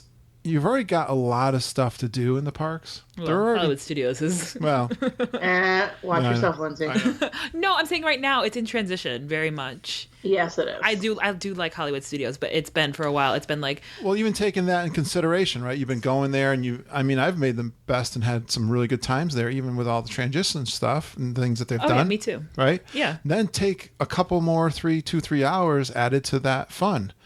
It seems exponentially more fun for me. That's great. When they add stuff like that, right? Because like Holly was just saying, you're going to have to ride the Slinky Dog multiple times to really start to appreciate and enjoy it. And, the Toy Story men that come through and do the show now. The only thing I've heard that's fun. about a complaint about the Toy Story Land is that there's no shade. Yeah, and I thought that was overblown a little bit because, it was hot and I was in shade when I was in line for both. I mean, there's some periods when you're in and out of it, but while I was in the queues, I was okay. Yeah, see, as someone who burns to like a crisp, if they like have like the slightest bit of contact with the sun. Think about being in there at 12:30. Yeah. On a Saturday. Yeah. Like I would just be like, nope, I'm not doing this if I had to stand in the sun for that long. We didn't talk about the food that much there. I had the breakfast bowl, and it wasn't like I've had better breakfast bowls. It was kind of small, but it was good. It was like the potato tots with gravy and eggs and stuff like that. So you got another place to eat. You got the queue now and the exit and all of the extra stuff for the Toy Story Mania was awesome. So yeah, it's good. I enjoyed that. So cool. I said that, and then for disappointment, I love Mickey's Not So Scary Halloween Party, but the crowds were shockingly. I wonder how they can fix that. It was shockingly crowded. It feels like they're overselling, but I think the conclusion I've come to, because I did it twice this year, both were completely different like experiences, but both were just as crowded. I think my theory is that it feels crowded because everybody that's there is there to watch the parade, is there to watch the show, is there to do all the special stuff. Definitely. And so those just get clogged because there's only so many people that can stand in one area. And I think they're trying to get people to go and do the rides by offering, the Pirates, the Teacups, and Space Mountain. Yep. But I think at the end of the day, people are like, no, I'm here for the fireworks. I'm here for the parade. I'm here for these specialty characters. So it just gets very clogged and crowded. And it's... Yeah. The parade we were standing in Liberty Square. I get a little weird with a lot of people too. Like you don't like invading personal space. I do not like invading. I'm a big Disney World fan. It's funny. I've learned how not to be in that predicament too. But we were standing there, and we were right next to like this crosswalk, and there was a popcorn soda kind of place, this little path, and just person after person after person. There was no stopping. Like I couldn't even move to my right. Because I would crash into people as they were walking by me. And I wanted to, cause Mom and Judy were in front of me, and I could not even move. And if you help my camera, I was doing Facebook Live, just sea of people. I was surprised. And this was September 5th. That's tough. Yeah, it's right when the beginning. It's not even Halloween, right? We still got a month to Halloween. Yeah, but it was fine. Even late at night, even getting candy in doing the trick-or-treating, the lines moved fine, but they were crowded. Yeah. I think it's just like everything now when it comes to Disney. You have to go in with a plan. You have to go in with realistic expectations and prioritize what's going to be important for you, and then anything else will just be gravy. Yeah, it was fine. I'm not saying it as a bad outlet. I'm just pointing it out. All right. So it sounds like you had a pretty good trip. We did. We had a great trip. Is there anything you think that you would do differently for a next trip that was similar to this trip? Anything I would do differently? On a trip like this, where it was last minute, that sort of thing. It's great that we've gone a lot. You know what? We've never done the meal plan too much, like you were saying. Mm-hmm. You and I have done it when I've gone. Yeah, because we went for a very short amount of time. We never really did it much with the family. I'm a big fan right now of that quick service plan for this trip, especially. I thought that fit really well. We talked about the snacks and the fit with a... I think the group that you went with really dictated that, because I know you guys don't really care to sit down for a meal every night, whereas someone like me, I would love to sit down and eat a meal every night. And a nice meal too. I think Mom's they're serious. They felt they had a good experience with the meal plan in terms of, you're looking at the cost and what you're getting for the money. And yeah, it's trying to balance that of like having a big meal. Like I was pretty much full all the time. You end up taking some, bunch of those Rice Krispie snacks at the end. I had all my snacks eaten up just fine, actually. Yeah. Mom was behind. And we're looking at the meal plan for January trip. Eating out in a dinner meal every single night, a sit-down meal, starts to get a little much for me. Oh, see, I love it. I could eat all day. You could? Day. Yeah. So we'll see how that works out. That's when I'm eating. Like if I know, okay, I'm going to be eating this one big meal, then I'm good. Just kind of like eating like a bird leading up to that. Well, you guys are nothing compared to me. I'm a big eater. I'm a big eater, but after a while, I don't have to eat breakfast because I'm not hungry till like noon the next day. Yeah, so I think the meal plan is something that I have a different opinion right now. And I think we've always said this, figure it out for your family. It really depends on how you figure out the cost. Something if kids don't really eat a lot, it's not. It can be a waste. Yeah, but we're all adults at this point going. Yeah. So what would be your best advice for a newcomer, specifically stuff that you tried on this trip that you could maybe advise a newbie on? So I was trying to think of something different that we don't hear that often, but I got to tell you, the fall time, people do talk about this, and it's a great time to go to Disney World, I think. Now, it was still kind of hot for us. It was more summer temperatures. But if you can get novels, because they got the Halloween party starting end of August. But you can mix the Food and Wine Festival, the Halloween party, which is a lot of fun. The temperatures will start to get cooler. You might get a better band in the American Pavilion if you go in October. I think the fall is, you're going to get some lower crowds, and that's a good thing, and probably some discounts because they're trying to pull more people in that kind of time. So I think that's a great idea. Oh, Holly and I have talked about this, and the weather's been really lousy this year. I mean, we've had all over the place. We have had a lot of rain here in Connecticut. Even when I came home, I swear it's been raining. Every week it rains. My backyard I was just out there today, and it's still soaking wet. We're supposed to have a week without rain finally. Well, we had downtown, we had like up to the wheel wells in water down by Carvel. We've had a lot of flooding in Connecticut. And anyways, the weather app, you always look ahead for your trip. And when I looked at the weather app before I left, I knew I was going in September, so I wasn't thinking summer weather, but I knew it was. And when you looked at the weather app, it looked just like summer weather. It had that lightning bolt in a cloud every single day we were there. And I went, oh, does that mean it's going to rain like all day, every day? And then I probably talked to Holly. It doesn't mean that at all, does it? No, I always tell people just assume it will, prepare for it. And then if it doesn't, you can literally, there's been times I've been at the park and I'm like, oh, it's supposed to start raining at 3 and it's 3 o'clock, the sky's clear. So, and you guys got kind of lucky because when you guys were there, the storm had missed us, the one that was out in the Gulf. Yes, we had a big threat of a tropical storm. We didn't know if it was going to hit Orlando and come up high enough. And we knew it was going to be like hit the tip, definitely the Keys, and then go off towards New Orleans kind of thing. But we didn't know. And we really missed that one. We were lucky with that, actually. So we didn't get. So that's always something to keep in mind when you're thinking about fall, is that hurricane season and there's no prediction. It's just. True. But we didn't end up I remember a couple times we had to duck in and it rained really hard. It was just like August weather. It was like that 3 o'clock rainstorm. So that worked out pretty good.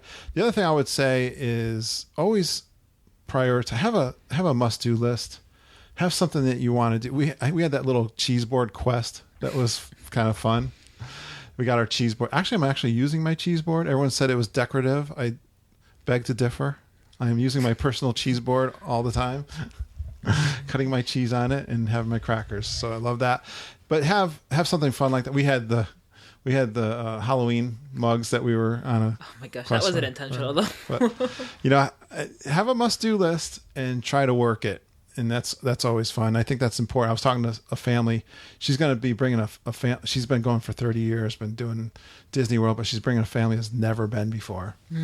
It's like, you guys, especially going for first timers, prioritize. Really have the family figure out what they want to do. Absolutely. Yeah. All right, so you pretty much know everything there is to know about Disney World. I'm trying. So were there anything that you found out about your trip, either when you were researching about going down this time? I know Mom and Judy really planned most of it. Or something that you just found and kind of surprised you while you were down there? Anything like that? You know, we heard all the announcements a few years ago for the D23 about all the new things they were going to build. Mm-hmm. And whenever you go to Disney World, even Lindsay, when you were down there was a lot of road construction going on. Like Disney Springs. They were still working on the road construction for Disney Springs. So. Yeah, remember that was all torn up. Yeah. There's been a lot of construction over the years. I did not know how much was still going on. It's like every time I go down, I was there in January. It was twice this year. I think even now, because like the buildings are going up in Epcot for the Guardians of the Galaxy. There's Ratatouille you can see being built. There's the convention center over. We kept driving past Coronado Springs. The gondola system.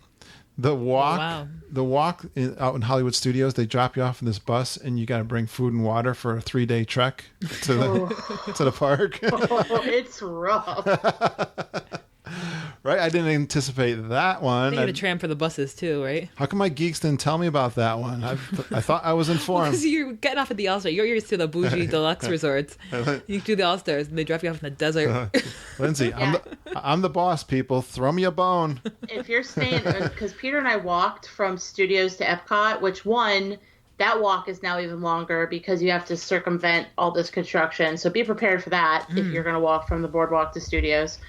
2, if you're in Pop Century, you are like the farthest flung bus stop, and we were like walking. We're like, man, that sucks. Yeah, it's to be that far out. It's a lot. It's a 1/4 mile walk. So there's the construction's going on for Tron. If you don't see it. We were on the train, but we were looking through over there, and you can see construction going on. It's great. I mean, it's awesome. It just, wow, it kind of all hit me. Like how many new things are on their way. So much. Didn't even talk about Star Wars, right? So yeah, you can see that going on. The waterway that goes around Tom Sawyer Island was drained out. They had like dammed it up and sucked all the water out, and they were fixing the track for the boat there. That's cool. Yeah, just constant. That's always going on. One little small thing, but important to me. You can get your colossal Mickey head cinnamon bun at the Starbucks at Animal Kingdom. Because Mom went in there. Thank gosh. I was like, I don't feel like getting anything at Starbucks. I want my colossal Mickey head. She comes out with a colossal Mickey head. I had to eat an ear off of hers. Oh man. Yeah. Good. How do we do, guys? Yeah. What was your one of all the things on this trip? What was the one, like, number one best thing locked in your long-term memory forever? Wow, that's a difficult question. Meeting Holly. Aww. Again, and not getting stuck on a ride. No, but that's like the best thing. I love getting my hugs from Holly. I love seeing my family, my Yankee family. The good Yankees. Yeah, it is the meetups. I really look forward to that. There's a build up and seeing people that have been on the podcast, who are going to be on the podcast, them telling me stories, how much they enjoy the show and thanking me and all that stuff. Yeah, the little bit of fame. It's fun. It is fun. Seeing their T-shirts. That's wearing the cool. Geek and T-shirts. It is the favorite part. It's my dream come true. Aw. So yeah, I love that. I know I'm getting a little choked up. Nah, it's fun. Wow, that was quite the trip. Did pretty good, right? Is there anything else Did I that get you can everything? think of? Thanks for having me on your show, guys. We might bring you back again. We'll think about it now. I'm gonna go in January for 2 weeks. Without me again. Without Lindsay's. Thank you for watching my dogs, Lindsay. I wanted to go. But then you're going to get to go in October and meet Kevin. I hope I can go in October. Yes, I think you should. Well, for sure. If I have my job, I don't know if they'll give me the time off. Yes, you'll get time off. Come work where I am. We got lots of time off. Yeah, well, you're 14 years been there. So this was a fun trip because it was a surprise. Very grateful for this trip. It was fun. Love going with Mom, Judy, Uncle Ken. Glad you enjoyed it, especially because you were so bitter about it before you left. I wouldn't say I was bitter. You were mopey. I was mopey because Mom didn't talk to me about it. Because you didn't talk to her about it. Okay, anyways. It was good. But you got to go to Disney. Yeah. And you got to do Food and Wine. You got to do It's Not So Scary. It was awesome. You got to see me. I mean, come on. Exactly. Thanks. It worked out. Thanks so much, guys. Nice job. You did an awesome job. Good trip. Yeah, you did a great job. Good trip report, Dan. Thank you. Lots of food. See you, Holly. We'll talk to you soon, I hope. Absolutely. All right, signing off. We'll have to come up with another episode. Yeah. All right, bye, everyone. Bye. Please stand clear of the doors. Por favor, manténganse alejado de las puertas. Always fun to chat with Lindsay and Holly, and I always have a lot of fun talking with them. You know, we'll always hang on till after the music at the end of our show because there's always extra chit chat because, you know, our geeks are excited to talk about Disney World. They start doing the recording before I really officially start the recording and after. We just keep talking. So you listen to some of those unscripted moments. Not like any of it is really scripted, but it's fun to listen in on those. But yeah, it's really fun now to know what it's like for you geeks to come on our show. I know it can be a little intimidating and you want to do a good job, but be relaxed, have fun with it when you come on to record your trip reports, and always reach out to me, kurt.stone@geekinonwdw.com. Hey, a shout out to Jen Batchelder. She sent us a little question out in our Facebook group asking about split stays and some advice on that. And I believe I went on to Facebook Live and talked a little bit about this too, Jen, so you go listen to that. But here's some of my pros, I would say, about doing a split stay and why I actually like doing the split stays, because I like to try out new things all the time, especially resorts. And it's a great opportunity if you split stay. I think you got to stay like 6 or 7 nights definitely to make it worth your while, or else be kind of disruptive. But yeah, you definitely get a chance to try out different resorts, and I like that you can take advantage of the resort locations. For example, like the Resort Loop resorts, if you're staying maybe at the Polynesian, like we're going to be doing this January, and also the Epcot resort. So we're actually going to be doing that. We're going to be staying at the Beach Club. We're using our DVC for that first week, so we're going to do a couple nights at the Beach Club, take advantage of the art festival and all the things that Epcot resorts have to your advantage. And then, of course, staying at the Resort Loop is always fun for Magic Kingdom. So those are great pros for that. The cons that people worry about, some people just like to settle into the resort, unpack and just feel like it kind of slows the trip down a little bit. When you're moving around a lot, it does tend to make the trip go kind of faster. It can be a little disruptive as you're moving. You might be worried about your luggage, and I think that was the main thing Jen was worried about. But I think most of the geeks have chimed in to say they had good success with the concierge and bringing your bags down to the folks that take care of all the luggage. Then when you do that, they'll take care of you. And I think if they mess up, they'll make it good, like fast passes or something. But anyways, maybe if you feel uncomfortable, you could bring a little overnight bag with you over to the other resort, check in, and then go on your way to the parks. By the time you get back to your room, I bet your bags will be in your room because they do a great job in the transfer. Of course, if you have a car, it makes it a lot easier. But you might also lose some park time if you're a full stink traveler during this little transition. Maybe that's a day that you don't go in the parks and you just get over to that new resort and hang out by the pool. So, Jen, I really like doing split stays. We're going to be in 3 different resorts in January, so the proof is in what we do. We're going to be staying at the French Quarter on 9 nights, and then we're doing a bunch of nights between the Poly and the Beach Club. So I think that is awesome. And I get to try the French Quarter for the very first time. All right. Thank you, Tammy Free, for her intro. I just I'm on Sunday recording my intros and outros most of the time. And I said, maybe I can get one of you geeks to do an intro for me. I've been playing back some of the old ones, which is fine. I put that out there, and Tammy right away got me an intro. So thank you so much. It's really easy to do. Give us your name, where you're from, a fun Walt Disney World fact about yourself, and then you go geeking on Walt Disney World with Curtis and Lindsay and the whole Geekin' family. It's easy. Record it on if you have an iPhone, especially with those headphones with the microphone built right in. Create a file, email it to me at kurt.stone@geekinonwdw.com. Let me remind you guys to please support Mama and Auntie Judy, EJ Cruz, and Jennifer Glambos, because we are travel agents for Fairy Tale Concierge, and Fairy Tale Concierge is an authorized Disney vacation travel agency. Please book your trips with us. It doesn't cost you anything, and it supports us in our efforts to go to Disney World. You can email Judy and Mama at travelingtiaras@gmail.com. That's traveling without the G. travelingtiaras@gmail.com. You can find EJ and Jennifer on their little Dole Whips Facebook page. And let me give you an example. Mama, I was talking with one of our geeks recently, and they were on the computers reviewing packages and prices on the Disney site.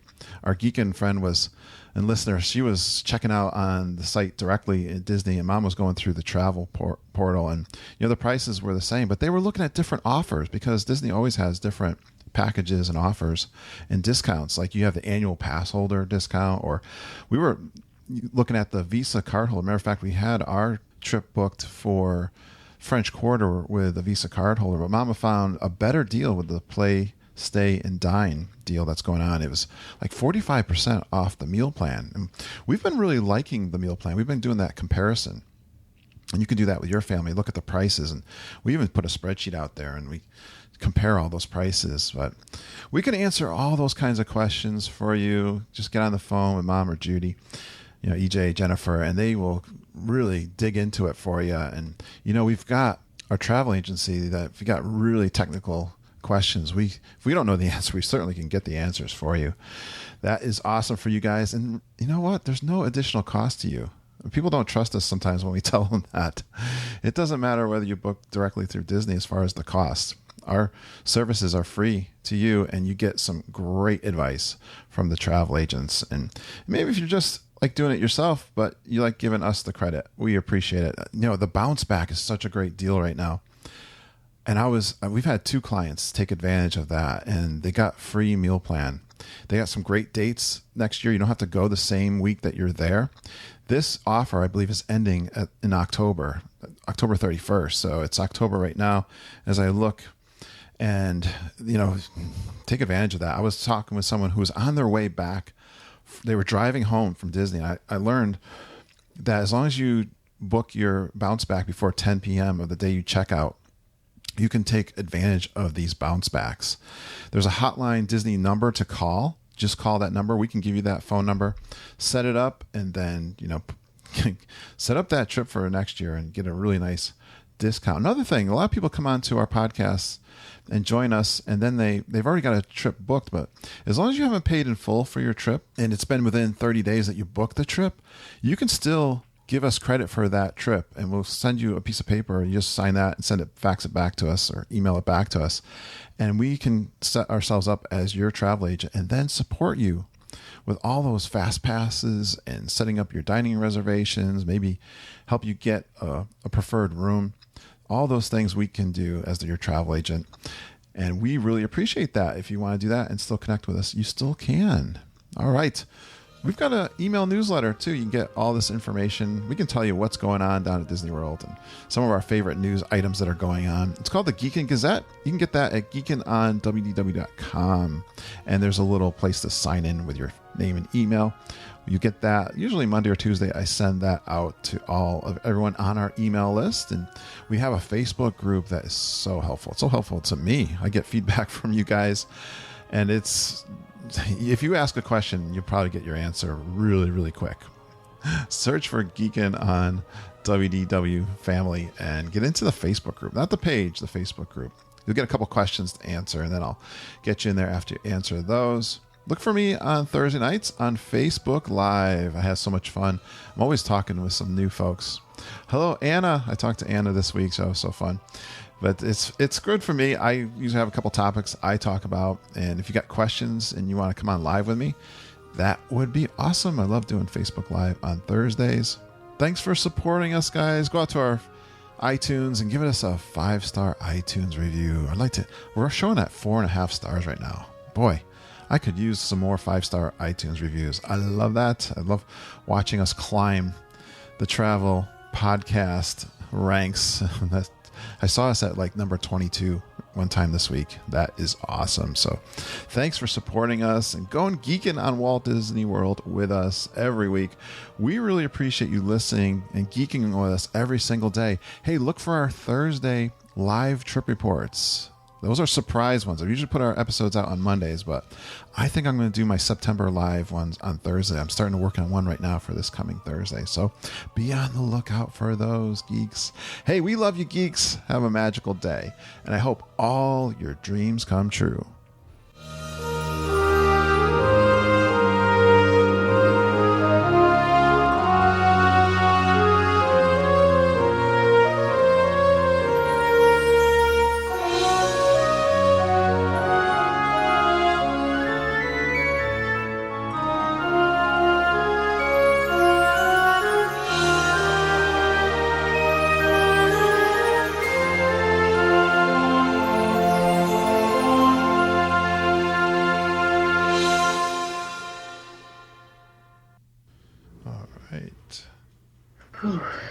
How you doing?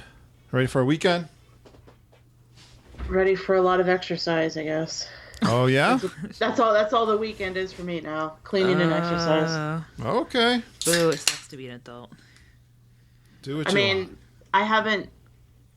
This will be the first weekend since the trip in August that I'll have been home all weekend. Oh wow. Yeah, I feel like I want to spend some time at home this weekend myself. All right. Did you get my notes? Lindsay, did you get my notes? Yes, I did. All right. And looks like my audio is coming through. Fine enough. Holly, did you get my notes? Yes, I got your notes. So I was just thinking you guys can just take turns. Sure. You don't see the notes, but I have 2 pages of food notes. I expect no less. I tried to be pretty thorough. I was able to do that because I have my pictures. That's good. And while I was supposed to be working today, I was jotting this all down. God. No. All right. I got my notes there. Mom and I had pizza for lunch. Huh? Mom and I went out to lunch. Oh, today. Okay. I don't know. I'm ready. I'm excited. Finally, I get to be on the podcast. You get to get interviewed? Yeah, finally. All right. I'm ready. You guys ready? Well, how the turntables. Can you? Are you coming through on this? I hope. Yeah. All right. Put it up close to you. Lindsay. Oh, I don't have my intros for you guys. Ooh, I do not know if I'm going to have enough battery for When were you guys on this show last? Not that long ago. We shall see. Oh, boy. You wouldn't think this would be hard to find. You guys, your episodes have been climbing the charts. Strong results. People love Holly. In the downloads. People love Lindsay. Like this past week went to 1,000 like on Thursday. Yesterday. Ooh, a knife. Which is pretty fast. What says your name on it? Oh, I'm not able to close this. All right, I got it. I got to just click back. All right. I'm ready. Ready. Ready, Lindsay? Yes. The desk is a mess.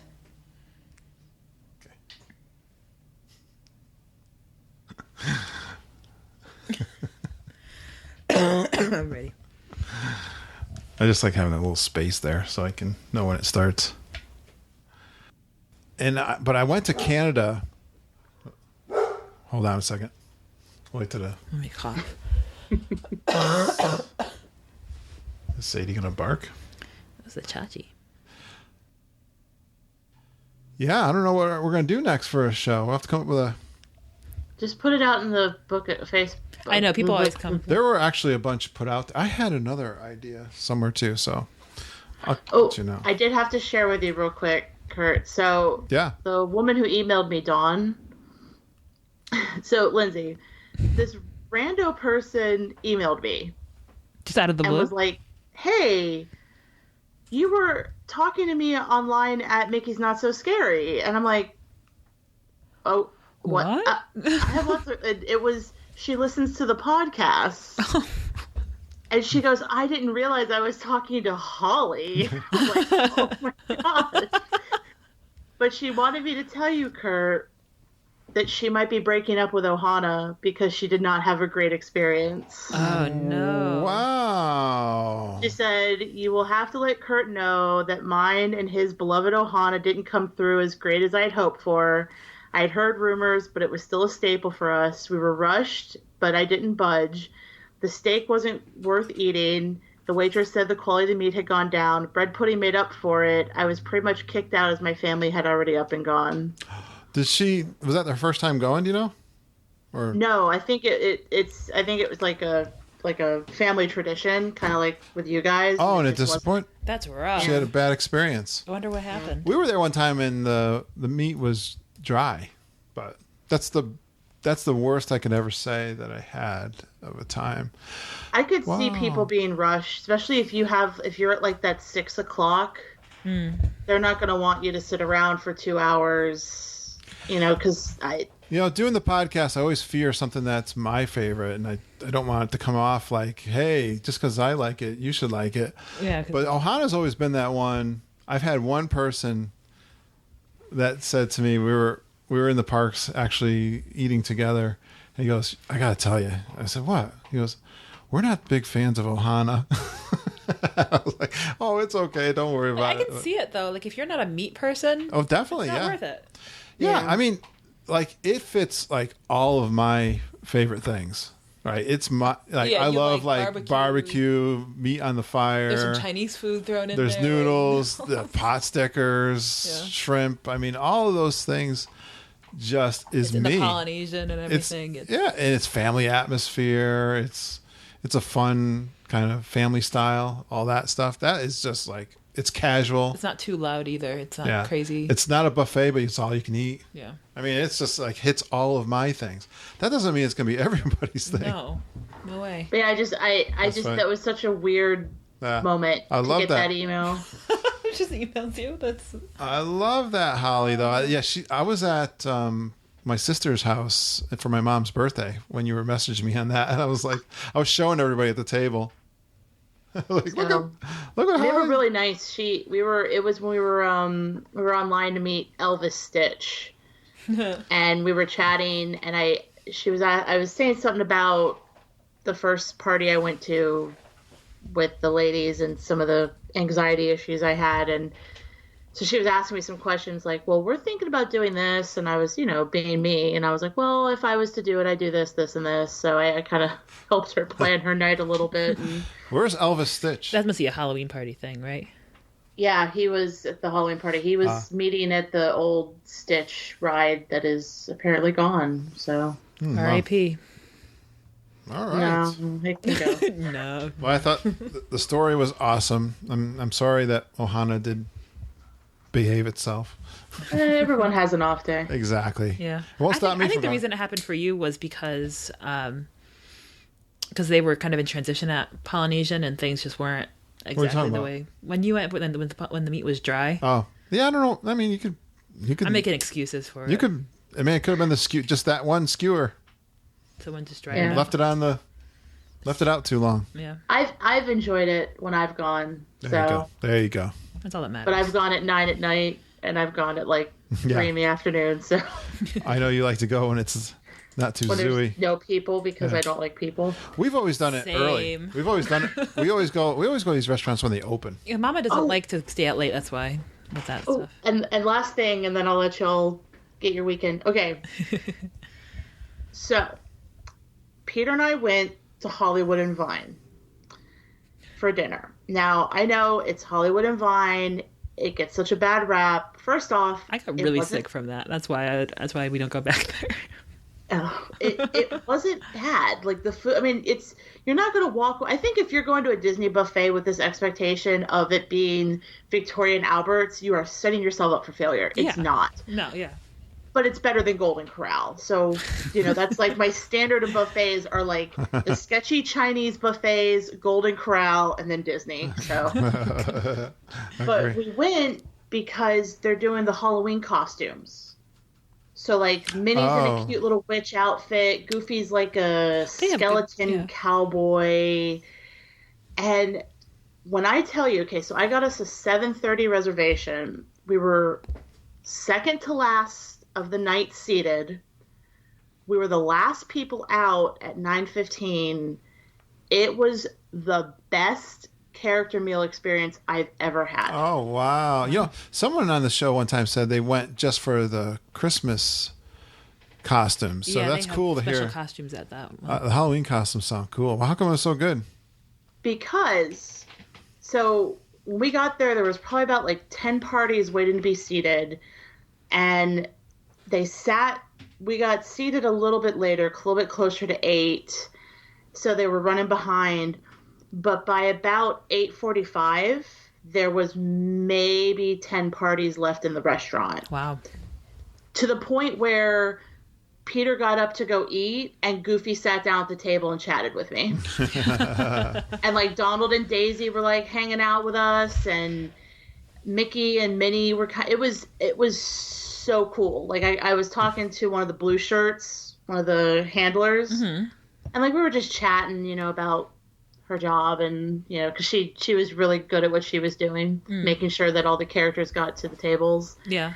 And like it was just such a cool experience. Like, so I nice. If you can do that, if you can try and get a later last-ish seating, and again, I know that mileage may vary because you may end up with characters that are tired, but the ones we had were like, they weren't, like bouncing off the wall, but they were a lot of fun. And nice. I don't know, I guess they enjoyed that we weren't a kid screaming in their ear at 9:00 at night. So they were just like, we're going to hang out with y'all. Well, wasn't the show going on too? So maybe. Well, that's the other thing. It's Studios. Fantasmic was going on. Fantasmic and the fireworks. Right. Yeah. So yeah. Nice. So yeah, Did you like the food? Yeah, the food was good. It wasn't, again, you're not going to walk away like, oh, that was the best meal of my life. But right. Yeah. It had a lot of really cool, like some interesting food, some standard food, and it was all fresh. And that's the other thing. You're thinking, oh, it's 9:45 or 8:45 at night. Everything's going to be picked over. But they kept putting out like fresh platters of food, which I was like, wow. Can I get a to-go box? It's like, yeah, I know. It's like, I feel a little guilty. It's like they're wasting food. Oh, you wouldn't have no idea how much food they waste. I'm sure. But, so yeah, that's nice. I'm glad to hear that. Thing now, because I did Chef Mickey at 7 in the morning, and that was perfect too, because it was right before it got crowded. So that's like my new thing. Maybe I'm either got to be there, like, not the characters. I love hearing some love for a buffet, especially I've heard people say not so good about that particular one, and I'm glad to hear. What I mean. Like, they're not. Again, I'm not like dying to go back and eat there again, but it's. I'd like to do that. It's good for what it was. I'm gonna ask. It's expensive, but it's Disney. It's characters. It's in a park. That's just. Yeah. You have to go in knowing that you're going to spend $100. I'm gonna ask Mom if I can go there in January, especially if we're on the meal plan. I haven't done Hollywood or Hollywood and Vine. I haven't done it in a long time. Yeah, since I was got. They might still be in their Christmas costumes by then too. I mean, I'd like to try the food again for the podcast. We haven't done it in a long time. But I'm a buffet snob. I'm gonna love it.